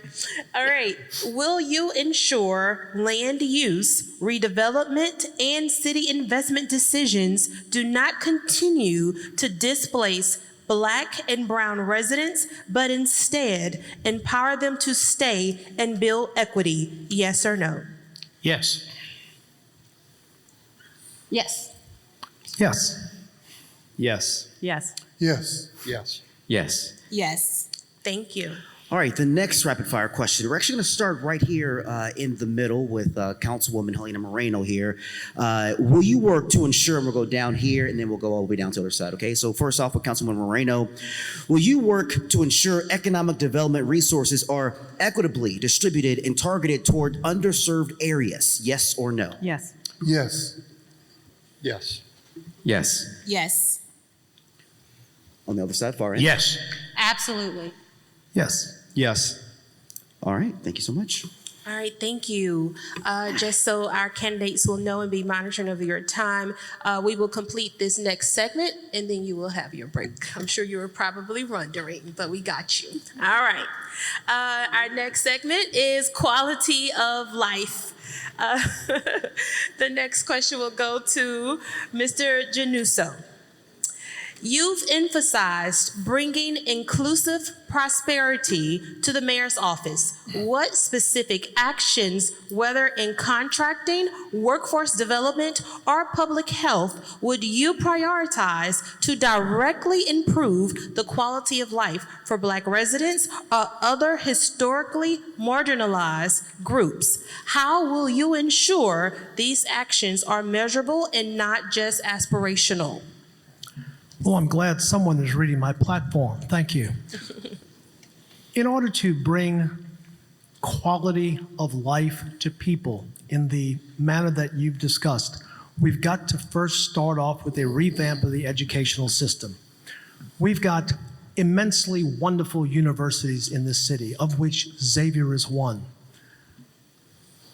Xavier, Tulane, Dillard, Southern, and others have the ability to drop down into our educational system. Their administrators, their student teachers, their logistical efforts, and their money. Sometimes I think we rely on the city for too many things for our residents. When we've got businesses that could contribute more, we've got universities that have expertise and the ability to do wonderful things in a short period of time. We need them to drop it into the city's educational system first. Thank you, Mr. Januso. This next question is tailored towards Senator Royce Duplessis. Senator, frequently newly repaired city streets deteriorate rapidly. What structural reform, such as multi-year maintenance contracts, performance-based metrics, or a dedicated maintenance fund, will you back to ensure long-term maintenance rather than one-off fixes? So we have to make some structural changes in terms of how we spend with respect to streets. Currently, we are short $35 million in terms of what we should be budgeting towards fixing our streets. We know this every year, but we keep doing the same thing every year. For every dollar that we do not spend properly on maintaining our streets, we end up spending another $4 to $5 coming back to repair the streets. This is literal insanity. It's going to take a culture shift. It's going to take some hard leadership that pushes our budget and prioritizes the investments in streets. At the outset, when we began tonight's forum, the question was asked, where would I prioritize? And I said right there with streets, because until we make the hard commitment to say we're gonna spend what we need to spend to fix these streets once and for all, we're literally gonna be playing whack-a-mole and doing ourselves and our city a disservice by not properly making the infrastructure investments. So we know the plan, they've already told us, but we keep doing this, the same thing over and over, and we short the city. Senator Duplessis, thank you so much. Councilwoman Moreno, given New Orleans' vulnerability to flooding, how will you integrate climate resilience into workforce development and economic programs? And how will you deploy funds equitably across neighborhoods most at risk? So this is also a quality of life question as well that you're asking, because when we talk about quality of life, when I'm mayor, I will be improving quality of life for all neighborhoods. It seems so often that there's more focus on certain neighbors and not on others. And when you talk about the issue of our climate impacts and what to do with overall with our drainage and our water, already I'm having conversations with amazing institutions like Delgado as to how we build those workforce programs to create a workforce for the Department of Public Works, but also for Sewage and Water Board. So we have a pipeline of employees that'll get high-paying jobs to help with our drainage infrastructure. Right now, we're actually wasting money when it comes to the cleaning of catch basins, because there's a mandate about cleaning all of the catch basins, 72,000 of them every 5 years. But why are we cleaning the clean catch basins? We're losing millions of dollars doing that. So when I'm mayor, I'll create these efficiencies so that money, your money, isn't wasted. Thank you so much. This next question is for Councilman Oliver Thomas. Councilman, some communities across the Crescent City suffer from environmental hazards due to industrial zoning. So how would you partner with state regulators to ensure environmental justice and equitable enforcement of clean air and water standards? To make sure that any project that's proposed in the neighborhood, environmental racism is a real thing. We all know what's happening all over this country across the tracks, whether it's this 17th Street Canal, whether it's the landfill down in New Orleans East, or whether it's the 7th Street incinerator site in Central City by the graveyard.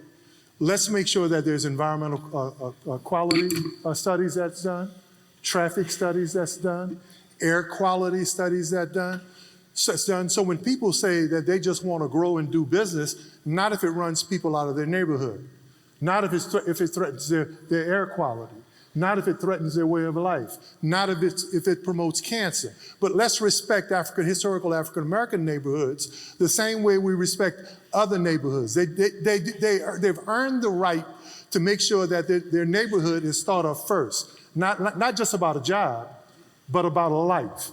And if we put people's lives first, then guess what? We don't have to worry about the jobs. Councilman Thomas, thank you. All right. Candidates, thank you. Bear with us. We have a few more questions and then we'll be finished with this segment. This question is for all of the candidates. Flooding, failing infrastructure, poor garbage collection, unreliable utilities, and widespread blight continues to frustrate New Orleans. As mayor, what specific policies, ordinances, and budget priorities will you implement in your first year to improve core public services and stormwater management? And how will you ensure that efforts to reduce blight result in affordable redevelopment that prevents displacement of current residents? Senator Duplessis, we'll start with you. So the city has a $1.8 billion budget. This budget has grown tremendously over the past several years, but the services have not kept on par with the budget. And budgets are moral documents. Budgets are a reflection of our priorities, whether it's the city's budget or whether it's our own personal budget. I think that code enforcement and blight and city services must be prioritized, just like we have to prioritize the streets. When you talk about cleaning lots, cutting down lots, fixing streets, getting those basic city services, the main thing that we need that I think we're lacking right now are true performance outcomes, true measurements of the services that are being delivered and that are not being delivered. And when they're not being delivered, we have to go in a different direction, whether we're contracting those services or whether we have staff that's not getting the job done. We need to have a system of management that's performance-based, that's outcome-based, one that the community and the neighbors can engage with through a public-facing dashboard that's interactive, and that raises the level for everybody. Thank you, Senator Duplessis. Mr. Januso, you're up next. God, that question was more than a minute long. Your time is starting. Thank you.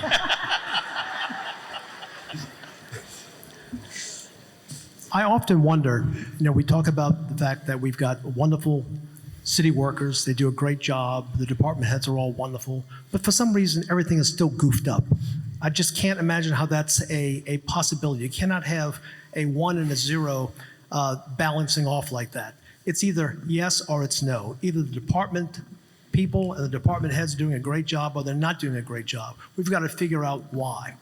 Now, with regard to the quality of life issue and the infrastructure issue, we need to, first of all, get Department of Public Works and the Sewage and Water Board to actually work in tandem and not at odds with each other. We also need to perhaps have the individuals who work for the city actually take a look at the fact that street signs are hanging around on Marconi Boulevard, and there are street signs that have absolutely no names associated with them. They're blank. Thank you, Mr. Januso. Councilwoman Marino. Thank you. The way that we solve our city's toughest issues is enhanced coordination and collaboration. And the reason why I know this works is because we did it for Super Bowl. At the directive of the mayor, every city department worked together, met every single week to troubleshoot our city's biggest problems. And guess what? The city got in shape for the Super Bowl. But when I'm mayor, that's not just going to happen when Taylor Swift or the Super Bowl's coming to the city. That's going to happen all the time because that is what you all, the people of the city, deserve. And when we talk about blight, because the question's also about blight, what I need to do as mayor is take care of the city-owned blight. We have city-owned properties that are currently sitting blighted, structures that are blighted that we need to put back into commerce. And the way we put them back into commerce is we work to make those structures into affordable housing. We've seen other cities work in that direction to use their public properties and repurpose those for affordable housing. Thank you. Thank you. Councilman Thomas. When we talk about flooding, I think we have to take another look. We hear everyone say resiliency and sustainability. Then with climate change, we need to take another look at what is our natural water table? Why are we fighting against nature? Why are some communities flooding now that didn't flood? What is the condition of those 72 or 73,000 catch basins? If those 27-inch drains that lead into the 36 to 70 in the outflow, if they're broken, then how do we replace or repair them? Garbage. We're paying for twice a week garbage pickup, and sometimes we only get once a week. I propose, if nothing else, let's take a real look, especially since the garbage contractors are making 2.5 and 3 times more. Let's take a real look at how we get back to twice a week pickup, especially during crawfish season. And when you talk about our kids should not have to pass by playgrounds and schools with overgrown weeds and blighted property. We should make sure the grass is cut and the buildings are fixed while they're on their way to the park or on their way to school. Thank you, Councilman Thomas. Mr. Twiggs. What we need more of is organization and mobilization. What we have are bottlenecks that occur within bureaucracy, within our own city departments, whether that be that there's just not enough employees or we're outsourcing these contracts to individuals that use us as a bank and they'll say, oh, well, now things are too expensive, we need more money. It's an awful situation to be in. What I would recommend is relatively simple. How about we open up the field, use technology, and make the city of New Orleans more transparent across the board so we can start to see where these bottlenecks are actually occurring. We can't address the problem effectively if we don't even know where they're happening at. We have to be able to track them and actually be able to solve them. It's kind of like the pothole situation, right? Like you see it, but you gotta cover it up. You gotta fix it. You can't just put the patchwork on it. You actually have to fix it. Thank you, Mr. Twiggs. Mr. Bickledge, you're up next, 60 seconds. Okay, many aspects to this question. You have many answers. I'm going to take one area of it. I think what we need to do is establish a clear definition of every contract that we put out.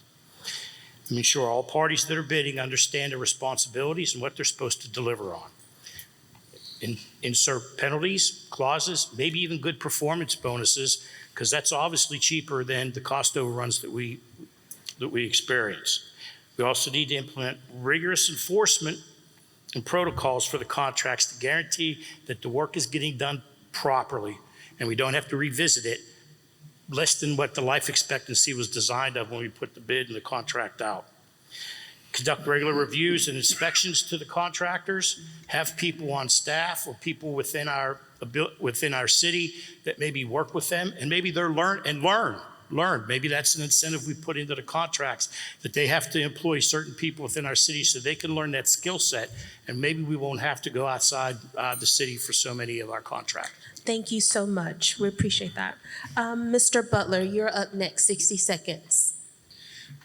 We have to be smarter about how we do things.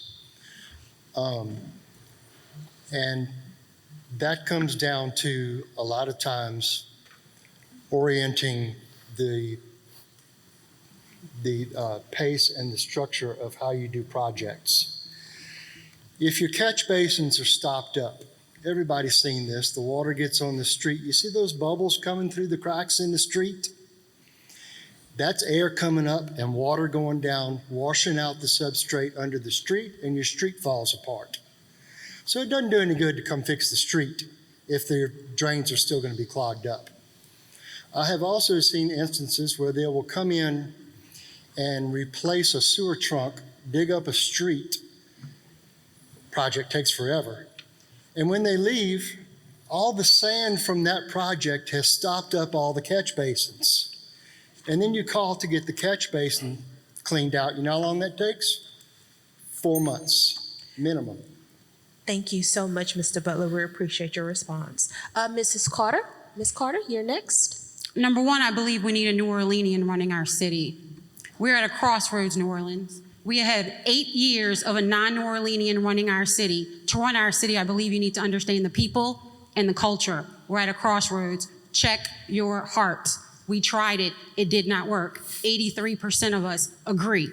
With that being said, I believe we need a reset at City Hall. That's what's going to happen when you elect me mayor. 90 days in, I'm giving your shareholders a report on every single department. So she spoke about stormwater. She spoke about blight.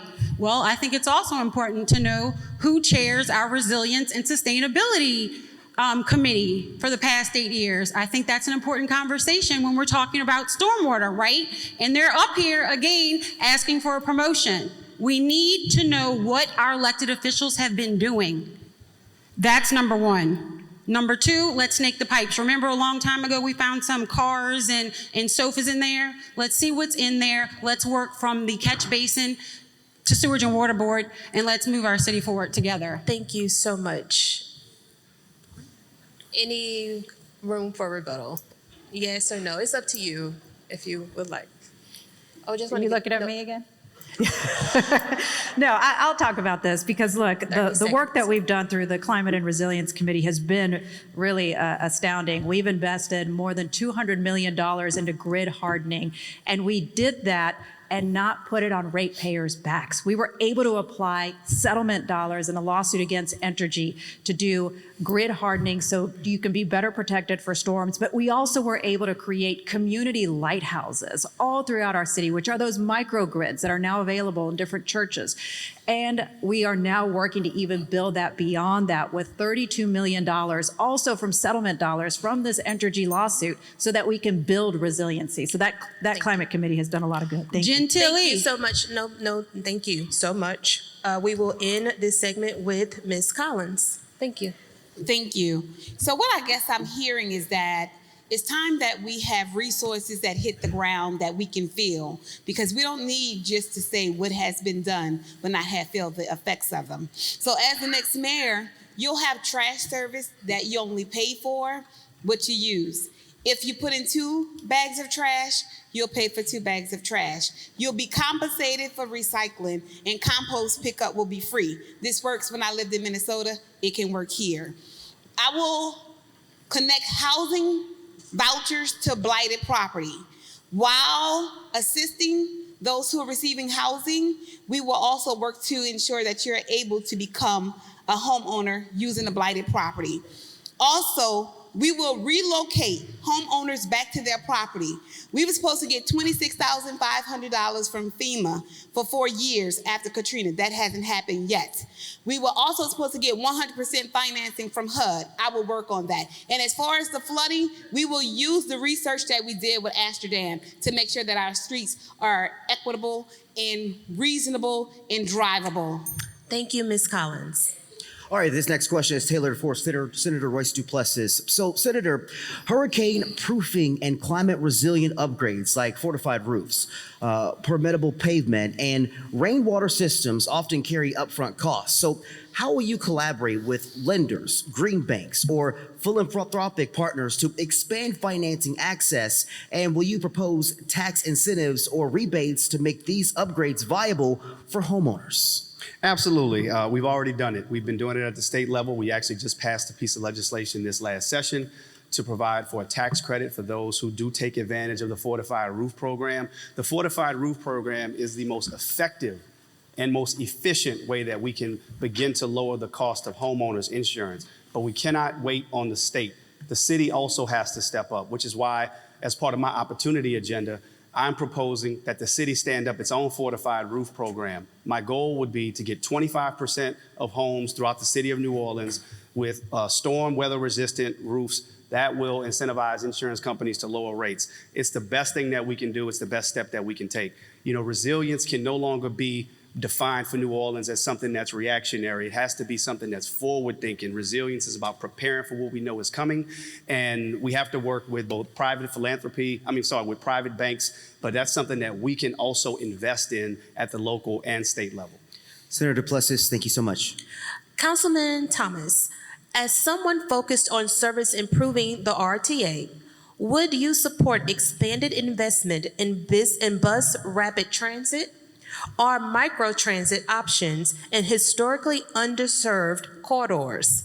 And how would you measure success of these investments to ensure equitable access? Well, one of the ways I would measure success is that it helped in expanding the economic footprint.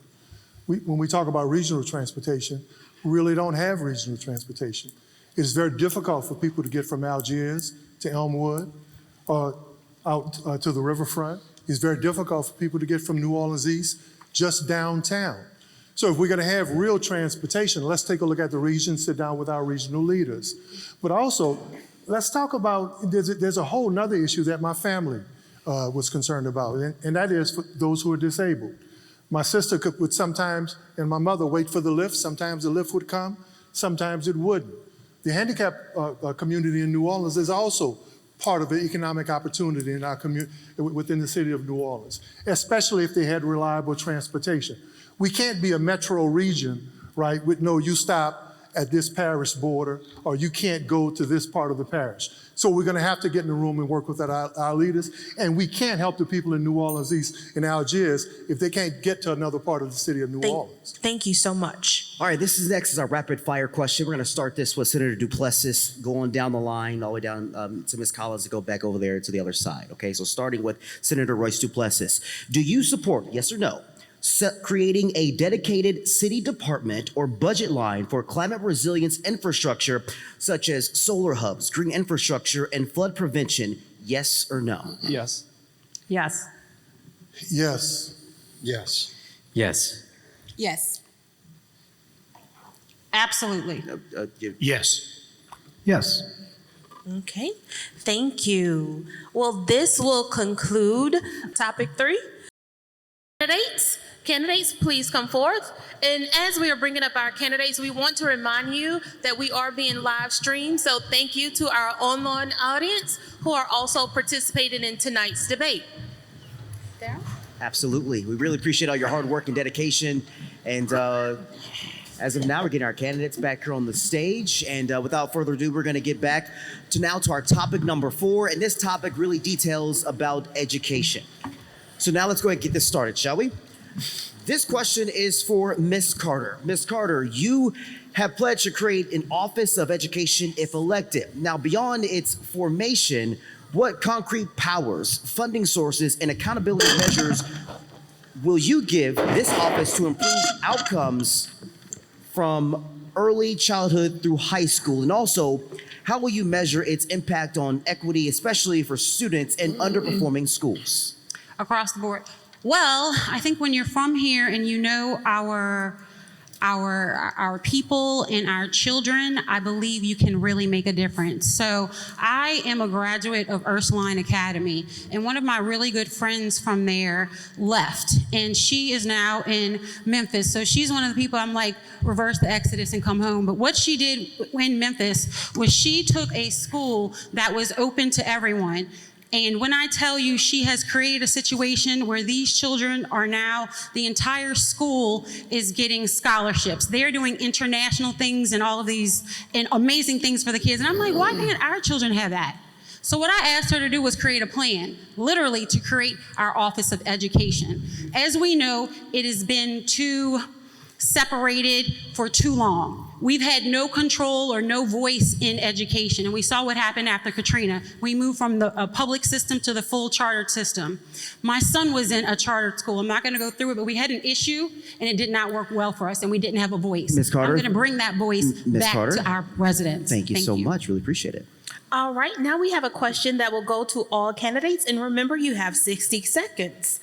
In 2022, more than 60% of New Orleans voters approved a property tax millage to expand early childhood education.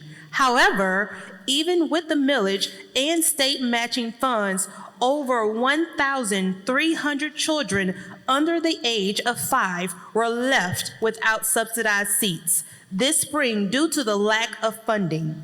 If elected, will you commit to making early childhood education accessible to every family who needs it? And if so, how would you do that? We will start with Mr. GNOHA. Early childhood education is critical to the formation of a civic-minded citizen and to the formation of individuals with good family values and the ability to work, play, and live in a society where not everybody's the same as you. The millage is a good idea, but more importantly, we need to find ways to enhance the public school system, charter or non-charter, by utilizing some interesting things, particularly with regard to taxation. One of the items in my plan is the ability to reduce real estate taxes by a substantial portion by actually having the city collect the $220 million a year that it does not collect. That would go a long way to dropping some money into the educational system. Early childhood education, absolutely critical, absolutely critical. We need to make it work better, and we need to make it work more effectively. Thank you, Mr. GNOHA. Next up, we will have Councilwoman Helena Marino. Thank you. Well, I was proud to be the lead author for the early childhood education millage, which now brings more than $20 million every year to create these free early childhood education and care seats. Unfortunately, we haven't been getting the matching dollars coming from the state like we need to, which means that we need a stronger effort in our pushing our legislature to get that done. And I plan on doing that as mayor, making sure that we have a really strong intergovernmental relations team in Baton Rouge, making sure that we get things done and things across the finish line. But when we talk about childcare and free childcare, once again, it's about leading by example. And I have plans to create free childcare for our first responders, already working with Chief Kirkpatrick to provide free childcare for our NOPD officers who are working late overnights. And this is actually a really fantastic recruiting tool to get in our first responders and more city employees as well. Thank you, Councilwoman Marino. Next up, we have Councilman Oliver Thomas.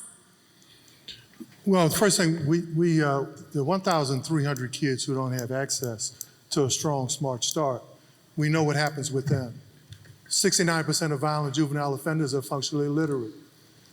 Black kids who dominate our landscape are poorer than they were pre-Katrina. It is absolutely necessary that we develop a relationship with the state and our state leaders so they can help underwrite more costs. To have those 1,300 kids not be able to have access to quality education, it's going to cost us in criminal justice. It's going to cost us in terms of opportunity in the future. That's why I want to have an Office of Education, the first mayor to have an Office of Education. It's not the charter responsibility, but our kids are all of our responsibility.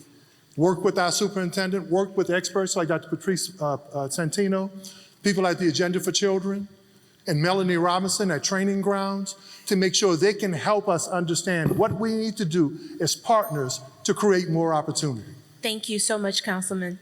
Next up, Mr. Twiggs.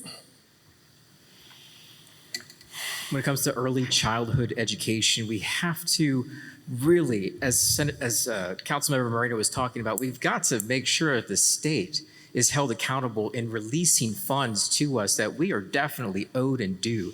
What I would also say is that in the meantime, we can leverage nonprofits so essentially switching nonprofits that do not contribute to the drainage millage. How about we switch that into an education-based millage that nonprofits pay directly to? We could not continue to sustain ourselves unless we start to tap into resources that are unused. That is the best way I figure that we could do this. I also believe that tapping into another resource known as the Wisner Fund would also be incredibly helpful as well in the meantime. We have access to capital that we can use. We just have to start to use it. Thank you guys so much. Thank you, Mr. Twiggs. Next, we will have Mr. Bigledge.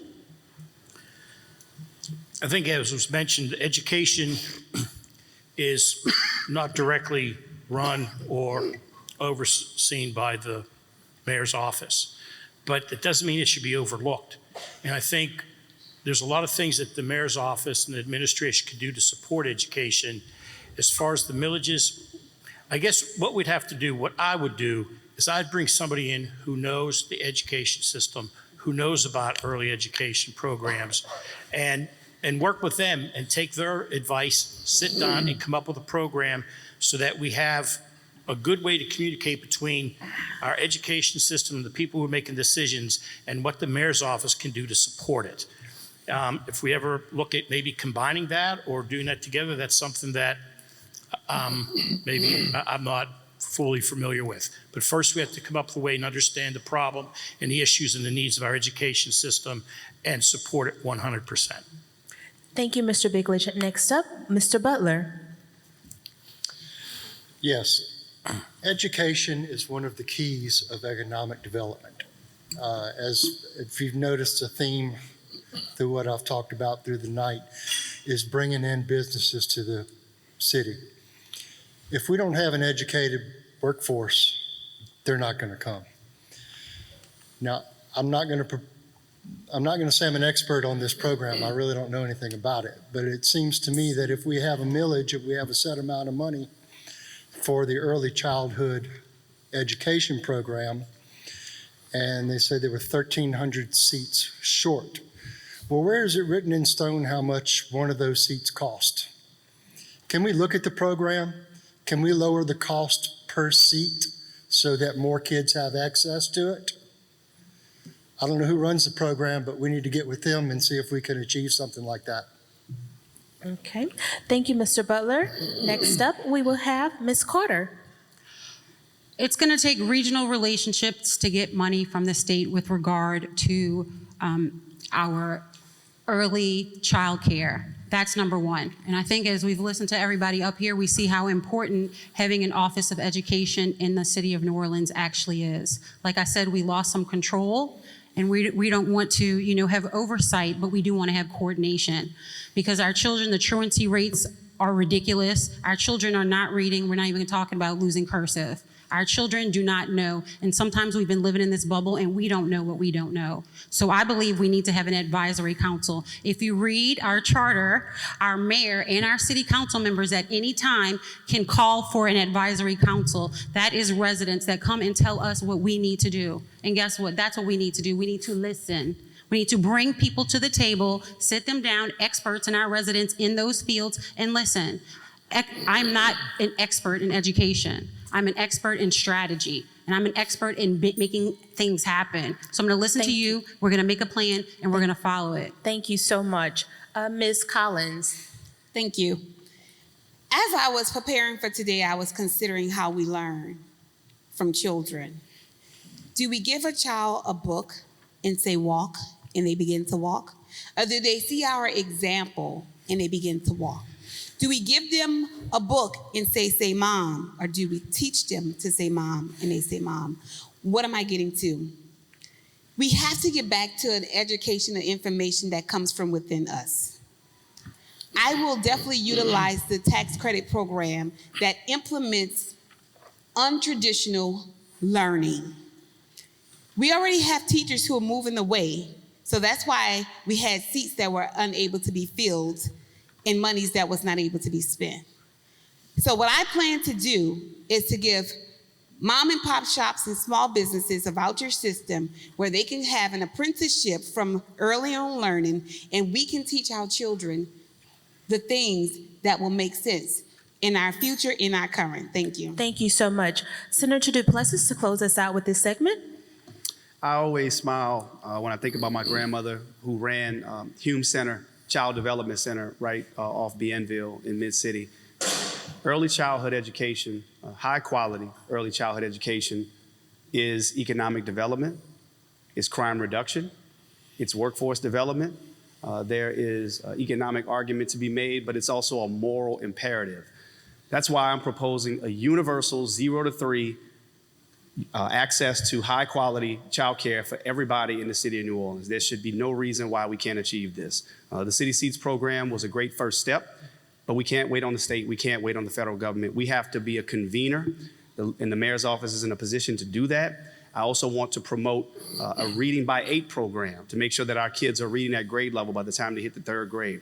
The other challenge with our early learning centers is not just funding, but there are red tape barriers that exist that can be addressed through City Hall permittings. And that's a huge issue that I've learned with our early learning centers that we need to address. Thank you, Senator Duplessis. Our next topic, thank you. Our next topic is on housing. So the question is for all of our candidates on the stage. The question is, will you respect and uphold the will of the voters by protecting and prioritizing the Housing Trust Fund as a permanent part of the city's affordable housing strategy and secure sustainable revenue for it? The first person up is Councilwoman Moreno. You have 60 seconds. At first, I thought it was a yes or no question, but that's an absolute yes. And obviously, I was one of the co-authors for the Housing Trust Fund as well. But as we work to move forward with expanding our stock of affordable housing, we need to do what I talked about before. Take a look at what other cities have done to really expand their stock. And that is to really take a look at our parcels of land owned by the city, more than 300, and more than 80 structures right now owned by the city, turning those over to our New Orleans Building Corporation, which is kind of a pseudo in and out of government type of entity with real estate experts and attorneys to put those back into commerce and put those back into commerce as affordable housing, coordinating with third parties to get that done. The other piece too that's so important, that is an item that I led, is really right to counsel to ensure that people who are facing eviction, that they have a free attorney for them to keep them housed. All right, thank you. Thank you so much, Councilwoman Moreno. Next is Councilman Thomas. You have 60 seconds. I mean, housing, and the right to safe and sanitary and decent housing should be a right of every American. I grew up in the lower Ninth Ward. It was a community in many cases that was across the canal or disparaged. But guess what? 61% of us who live there own our own homes. That when you talk about generational wealth, if we're going to focus on how we create generational wealth, then our largest demographic, and especially single women, need to have the ability to own their own property. You own your own property, you matter in America. In my plan, otforus.com, I talk about 10,000 more affordable homes. But let's make it part of economic development, not part of what we think is for poor people in subsidy. Because affordable homes now isn't for that person who has a subsidy anymore. Right.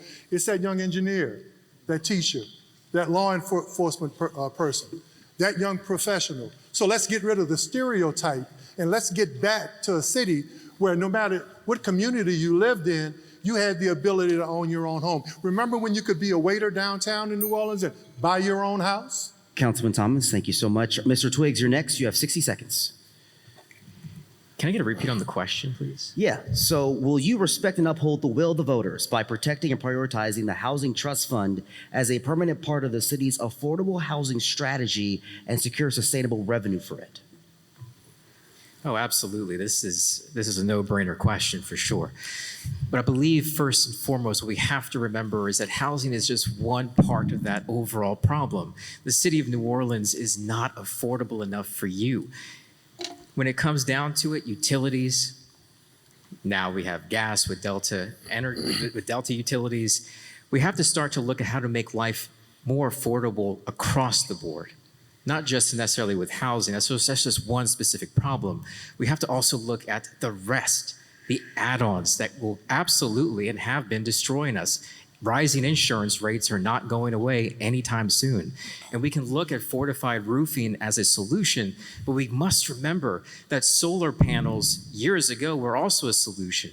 I helped bring a Fortune 500 company down here to expand solar energy throughout the city of New Orleans. And one of the things that was promised then was lower insurance rates if you got solar panels. And now if we do this, it just keeps on adding and adding and adding. We have to start to take affordability seriously. Mr. Twiggs, thank you so much. Mr. Bickledge, you're next. You have 60 seconds. Okay, when we talk about affordable housing, it's getting to the point where almost nobody can afford their house anymore. Just when you think you're getting comfortable and you got things going, all of a sudden your insurance is high, property taxes are high, you're having all kind of problems, and it becomes an issue. The city holds on to many, many blighted properties that go unused, and that can be used to put back into housing stock or help us with more affordable housing or areas. I think I proposed in one of the other forums that possibly working with a group of contractors and private companies to put together a coalition that would help build, renovate, put blighted houses back into commerce, make them affordable for people to buy, and this way, and not at an extreme profit either. It's something that gives them a fair profit, that gives them incentive, and maybe some tax incentives in order to help us get more of a housing stock to choose from. And that'd be one of the ideas I'd come up with. All right, Mr. Bickledge, thank you so much. Mr. Butler, you're next. You have 60 seconds. Yeah, if the question was about an affordable housing trust fund, definitely I support protecting that. But it's not just a matter of protecting the fund. It's how's the money going to be spent? What do they spend that money on? Are they giving it out in subsidies? Honestly, I don't know how that money gets spent, but I know how it could be spent. I live in the 7th Ward, and I look around my neighborhood, and I get on the tax assessor's website and the safety and permits website, and I see houses that have been sitting for years and years with code violation fines that exceed the value of the house. And those fines apparently can go unpaid for some long period of time. I don't know what it is. And so there's a property that is not put back into the system that we can have more houses so that the affordability comes down. Mr. Butler, thank you so much. Ms. Carter, you're next. You have 60 seconds. The answer is absolutely yes. And it's on my plan, eileencartermayor.com. It is actually the first point, affordable housing. And we will, yes, I will support the trust that the council has created, and I will look to expand it. We need to make sure our legacy residents have a place to stay so that your neighborhoods stay our neighborhoods. We're having a little bit of a problem right that with regard to gentrification, and we cannot complain about gentrification and then vote for it. So we need to make sure that we keep our legacy residents in the neighborhoods, because this is what makes New Orleans, New Orleans. And in doing so, I believe we need to have a tiered system. I'm going to talk to you. I want to have a tenant advisory council. Imagine that. I'm going to be the mayor advisory councils, because I don't want y'all just to be with me on election day on October 11th. I want you to partner with me for 4 years. Pick a council. We're going to work together. The voice and the will of the people will be done with me. Eileen Carter is your mayor. So yes, 100%. Let's take care of our people. Ms. Carter, thank you so much. Ms. Collins, you're next. You have 60 seconds. Absolutely not. And you say why? Because we've been misunderstanding what affordable housing is. What we need is income-driven housing. How is it that we have jobs that are only 5 years and they ask us to purchase a home? Make it make sense. So we have to go up in here and redevelop and restructure things so that we can live in New Orleans. We don't want to live here for a short time. We want to live here for a long time. So in order to effectively do that, we have to make things make sense. We are only at 138% of poverty level, which means at the moment as a single person, if you make over $7.38, you're overqualified for a lot of the resources and assistance. So what we have to do is redirect how we know things. Affordable housing used to mean a thing. The definition has changed. So therefore, we have to change the way we do things. We can't keep allowing people to make us think that they're working for us when they're working against us. Ms. Collins, thank you so much. Senator Duplessis, you're next. You have 60 seconds. The answer is absolutely yes. I was proud to vocally and publicly support the charter change that created the Affordable Housing Fund. Now, as a city, we have to properly administer it. What I plan to do is to create the position of a chief housing officer. The chief housing officer will be the top person to be a liaison between NORA, the Finance Authority, as well as the Office of Community Development and HANO, to make sure that we're properly administering those funds. Housing experts tell us that we need over 45,000 affordable units in the city of New Orleans right now, at this very moment. And at this very moment, 30,000 people are being squeezed out of the city of New Orleans because they cannot afford to live here. This is a priority. If we don't address it, we won't have a New Orleans. People say, Royce, you can't say we're gonna develop 40,000 homes. You need to stop saying that. I won't stop saying it, because we have to do it. And we also have to look at property tax freezes for our lowest income people. We do it for disability and age. We need to also do it based on income. Senator Duplessis, thank you so much. Mr. GNOHA, you're next. You have 60 seconds. Interestingly, with regard to property taxes in the city of New Orleans, real estate tax on your personal residence, remember that certain individuals who are disabled or who are veterans get a freeze. Those who are age 65 and make less than $100,000 a year get a freeze. So those things are already in place. However, what we need to do is look at the Housing Trust Fund. It is a minuscule portion of this $1.8 billion budget. It needs to be expanded likely fivefold. We also need to have the people who will administer the Housing Trust Fund work in concert with, oh my God, perhaps the AFL-CIO with pipe fitters and plumbers and carpenters to take some of these blighted city houses, redevelop them so that they can actually become homes for people, affordable homes for people. We need to work with the banks so that the banks can get involved and generate perhaps some low-interest loans or some public-private partnerships. That's what we need. Mr. GNOHA, thank you so much. Okay, we will close out this segment with one rapid fire question, and we will start from Ms. Collins. If elected mayor, simply yes or no, if elected mayor, will you keep the current New Orleans police chief, Ann Kirkpatrick, in place, yes or no? No. No. No. Yes. Yes. Yes. Yes, and I'll make certain her hat fits her. No. Yes. Those are okay, perfect. All right. All right, so now the time that you all have been waiting for. First, before we do that, I wanted the audience to give yourselves a round of applause, please. Thank you so much. You have been an amazing audience. We will now close with 1 minute closing statements from each candidate. Each candidate will have 1 minute to summarize their vision and make a final appeal to voters. We will go in the following order. We will go in descending alphabetical order. Mr. Twiggs, your 1 minute closing statement starts now. My name is Ricky Twiggs Jr. I'm number 27 on the ballot. Again, I am a licensed professional counselor. I am from Algiers. And I believe that, again, more now than ever, we need a healer and not another politician. If we look at the city as a whole, we need something that can unify us all. And I honestly believe that something is mental health initiatives. Each and every one of us knows that this is a great disparity throughout the city. And what a beautiful way to bring people together. You're gonna hear a lot over the next month about division and a bunch of just anger and frustration from other individuals to different candidates up here. But what I would recommend is that you guys look at the similarities as opposed to the differences. Look at the unification, not the division. It is more now than ever. We have to come together as a city, and what better way than mental health? Thank you guys so much. Thank you. Now we turn to Councilman Oliver Thomas. I'm Oliver Thomas, number 26, and I'm running to be your mayor so that you're guaranteed not a seat at the table, but that you help build a new table. If you build a new table, you don't have to ask for a seat.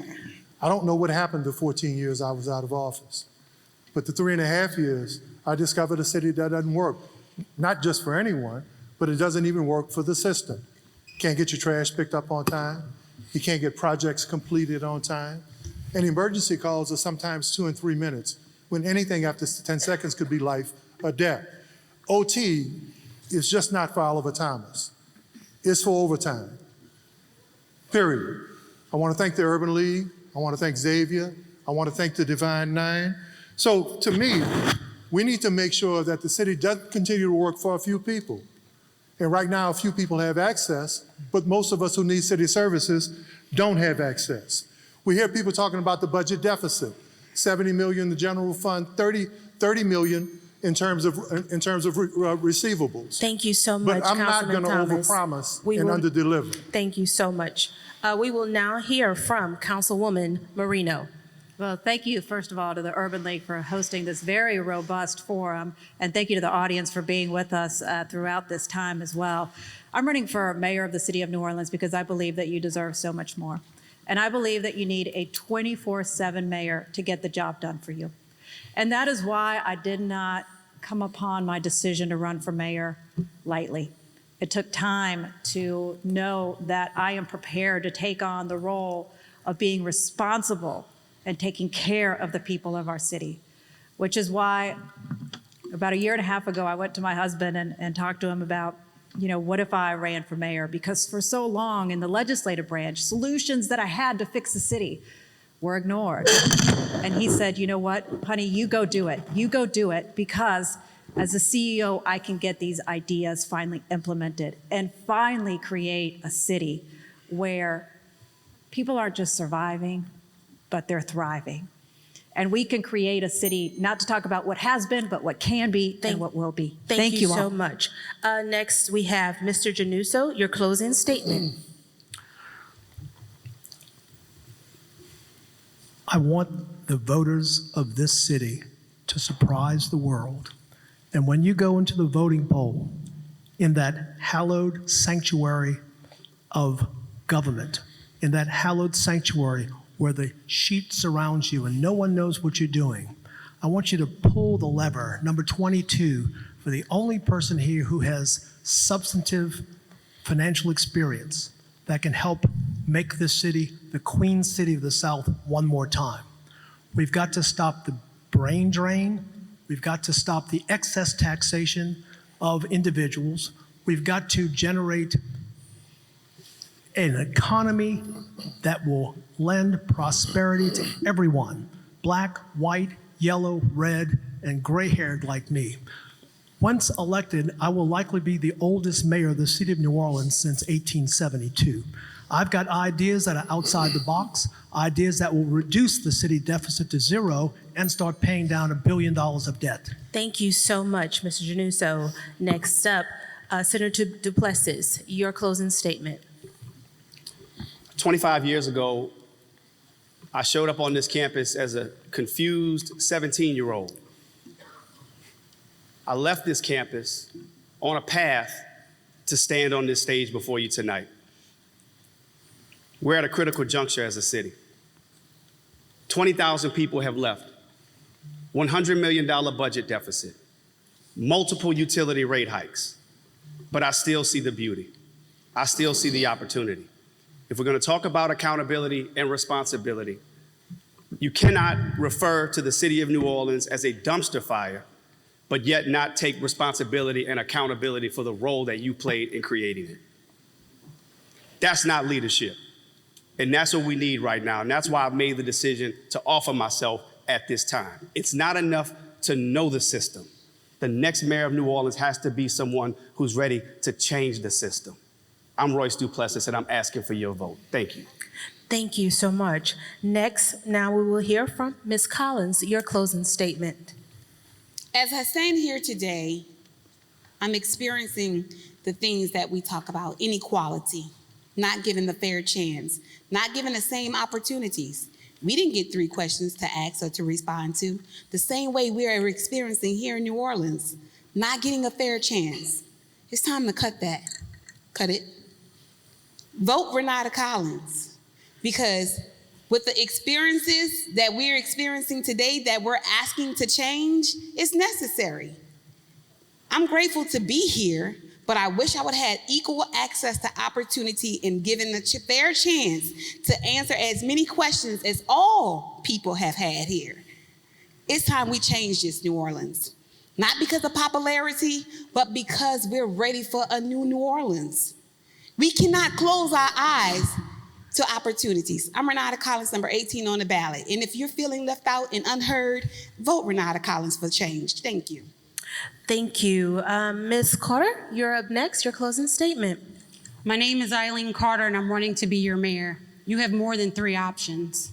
In 2022, I spoke up because our elected leaders were silent. They are still silent. People like, how are you going to win? We have approximately 50,000 strong recallers. I'm calling all of y'all up to bat. It's time to go. It's time for the will of the people to be done. I'm going to offer truth and vision. That's what our elected leaders have not given us. You know I'm going to stand up for you in those closed doors meetings. I've stood on corners for 7 months with the recall. I didn't do it just because I thought it was a great idea. I did it because I love my city, and yes, we deserve better. We deserve a change, and I'm ready on day 1. I've worked for the city. I've responded to COVID. I've responded to cyber attacks. I activated the city 8 times in 1 year. As an essential employee, y'all have no idea what that's like. I'm ready on day 1. I'm ready to be your mayor. Number 17, Eileen Carter, mayor.com. Thank you all so very much for having us tonight. Mr. Butler, please begin your closing statement. Hello again, everybody. Russell Butler, number 16 on the ballot. And first of all, I'd like to thank all of y'all who are still here for sticking with this program. It's been great. I was not born in New Orleans. I was born up the river in Baton Rouge, but I chose to live in New Orleans because I love this city. And since I have lived here in the city, I travel around the country and I tell people, I'm from New Orleans. They say, oh, y'all got the Saints. Yeah, so yes, that's great. Y'all have Bourbon Street. Yes, that's great. We love it. Y'all have this great food that everybody loves. But what I don't hear, nobody ever says, wow, that is an economic powerhouse down there, isn't it? You don't hear that. And for the life of me, I cannot understand why, with the resources, with the people that we have, with the river, with the interstate running right through, we should be doing way better. Thank you so much, Mr. Butler. Mr. Bickledge, you can conclude with the final closing statement. Okay. Well, if anyone left out there thinks that anybody up here has all the answers, then we did one hell of a job. No one has all the answers. And that goes back to what I'm saying, that the role of the mayor is fundamentally management, administrative, finding the best people, putting them in there to do the best job, and then revisiting, reviewing, and making sure that they're doing the job and they're holding the commitment that you're holding them to. That's what's important. We are at a really bad time for our city, and the direction that our city going is not promising. We're losing people, losing population. Our previous administrations have let us down in crime, infrastructure, utilities, and education. Those 4 things again. Before we can get anything done, before we can improve anything, we have to work on those 4 things. That's my commitment to this city. That's what I want to do.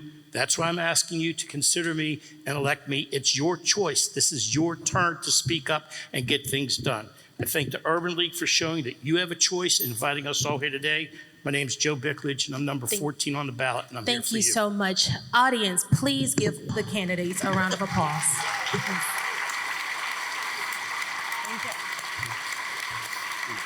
Ladies and gentlemen, please join me in giving a round of applause for our candidates and moderators.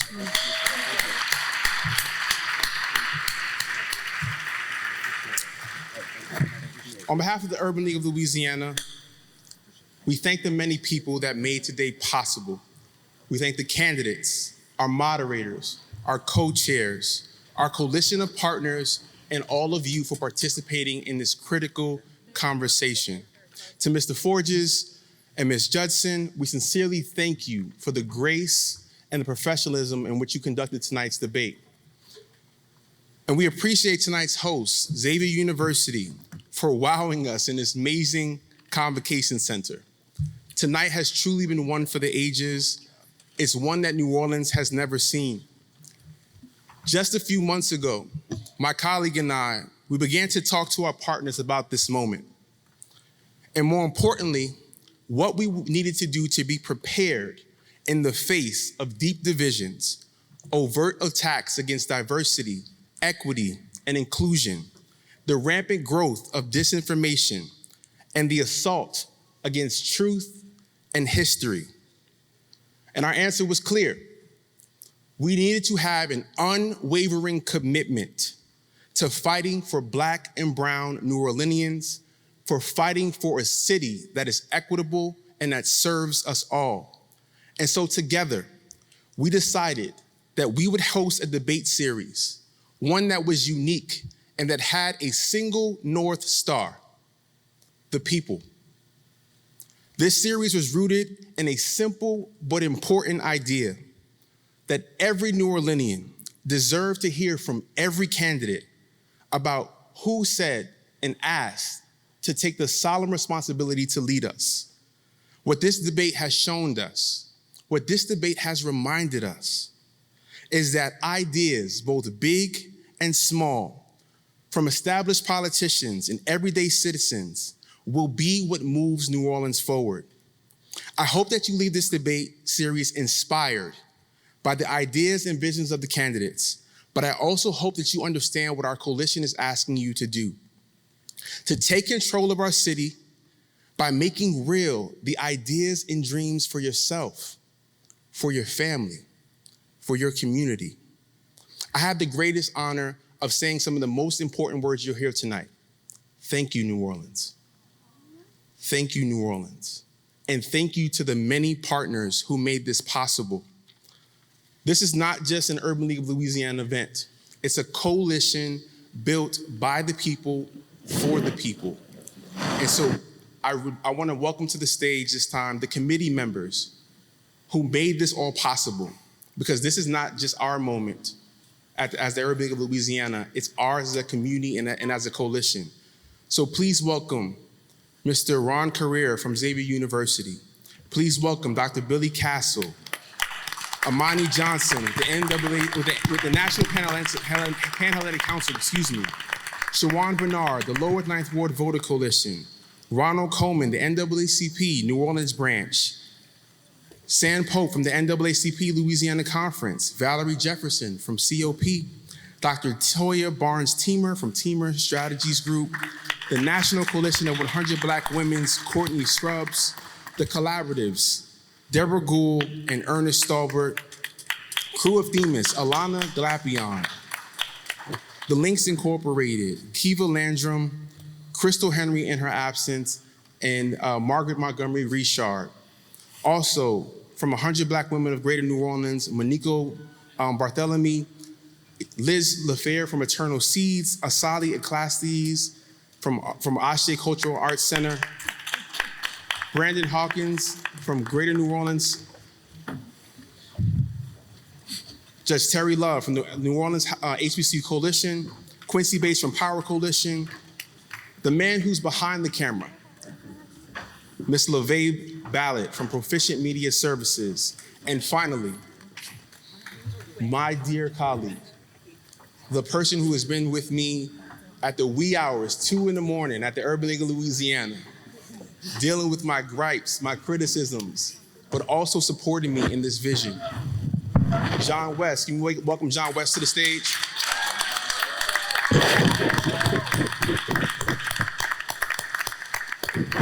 And then I'd be remiss, and I might go to church, because I'm gonna thank the shepherd of the Urban League of Louisiana, the person who believed in John and I to pull this off. My deep, sincere gratitude to Judy Reese Morris. Thank you for believing in us. And I will leave you with this. Every single desire that we deserve is possible if we do it together, by the people, for the people. Thank you, New Orleans, and have a good night.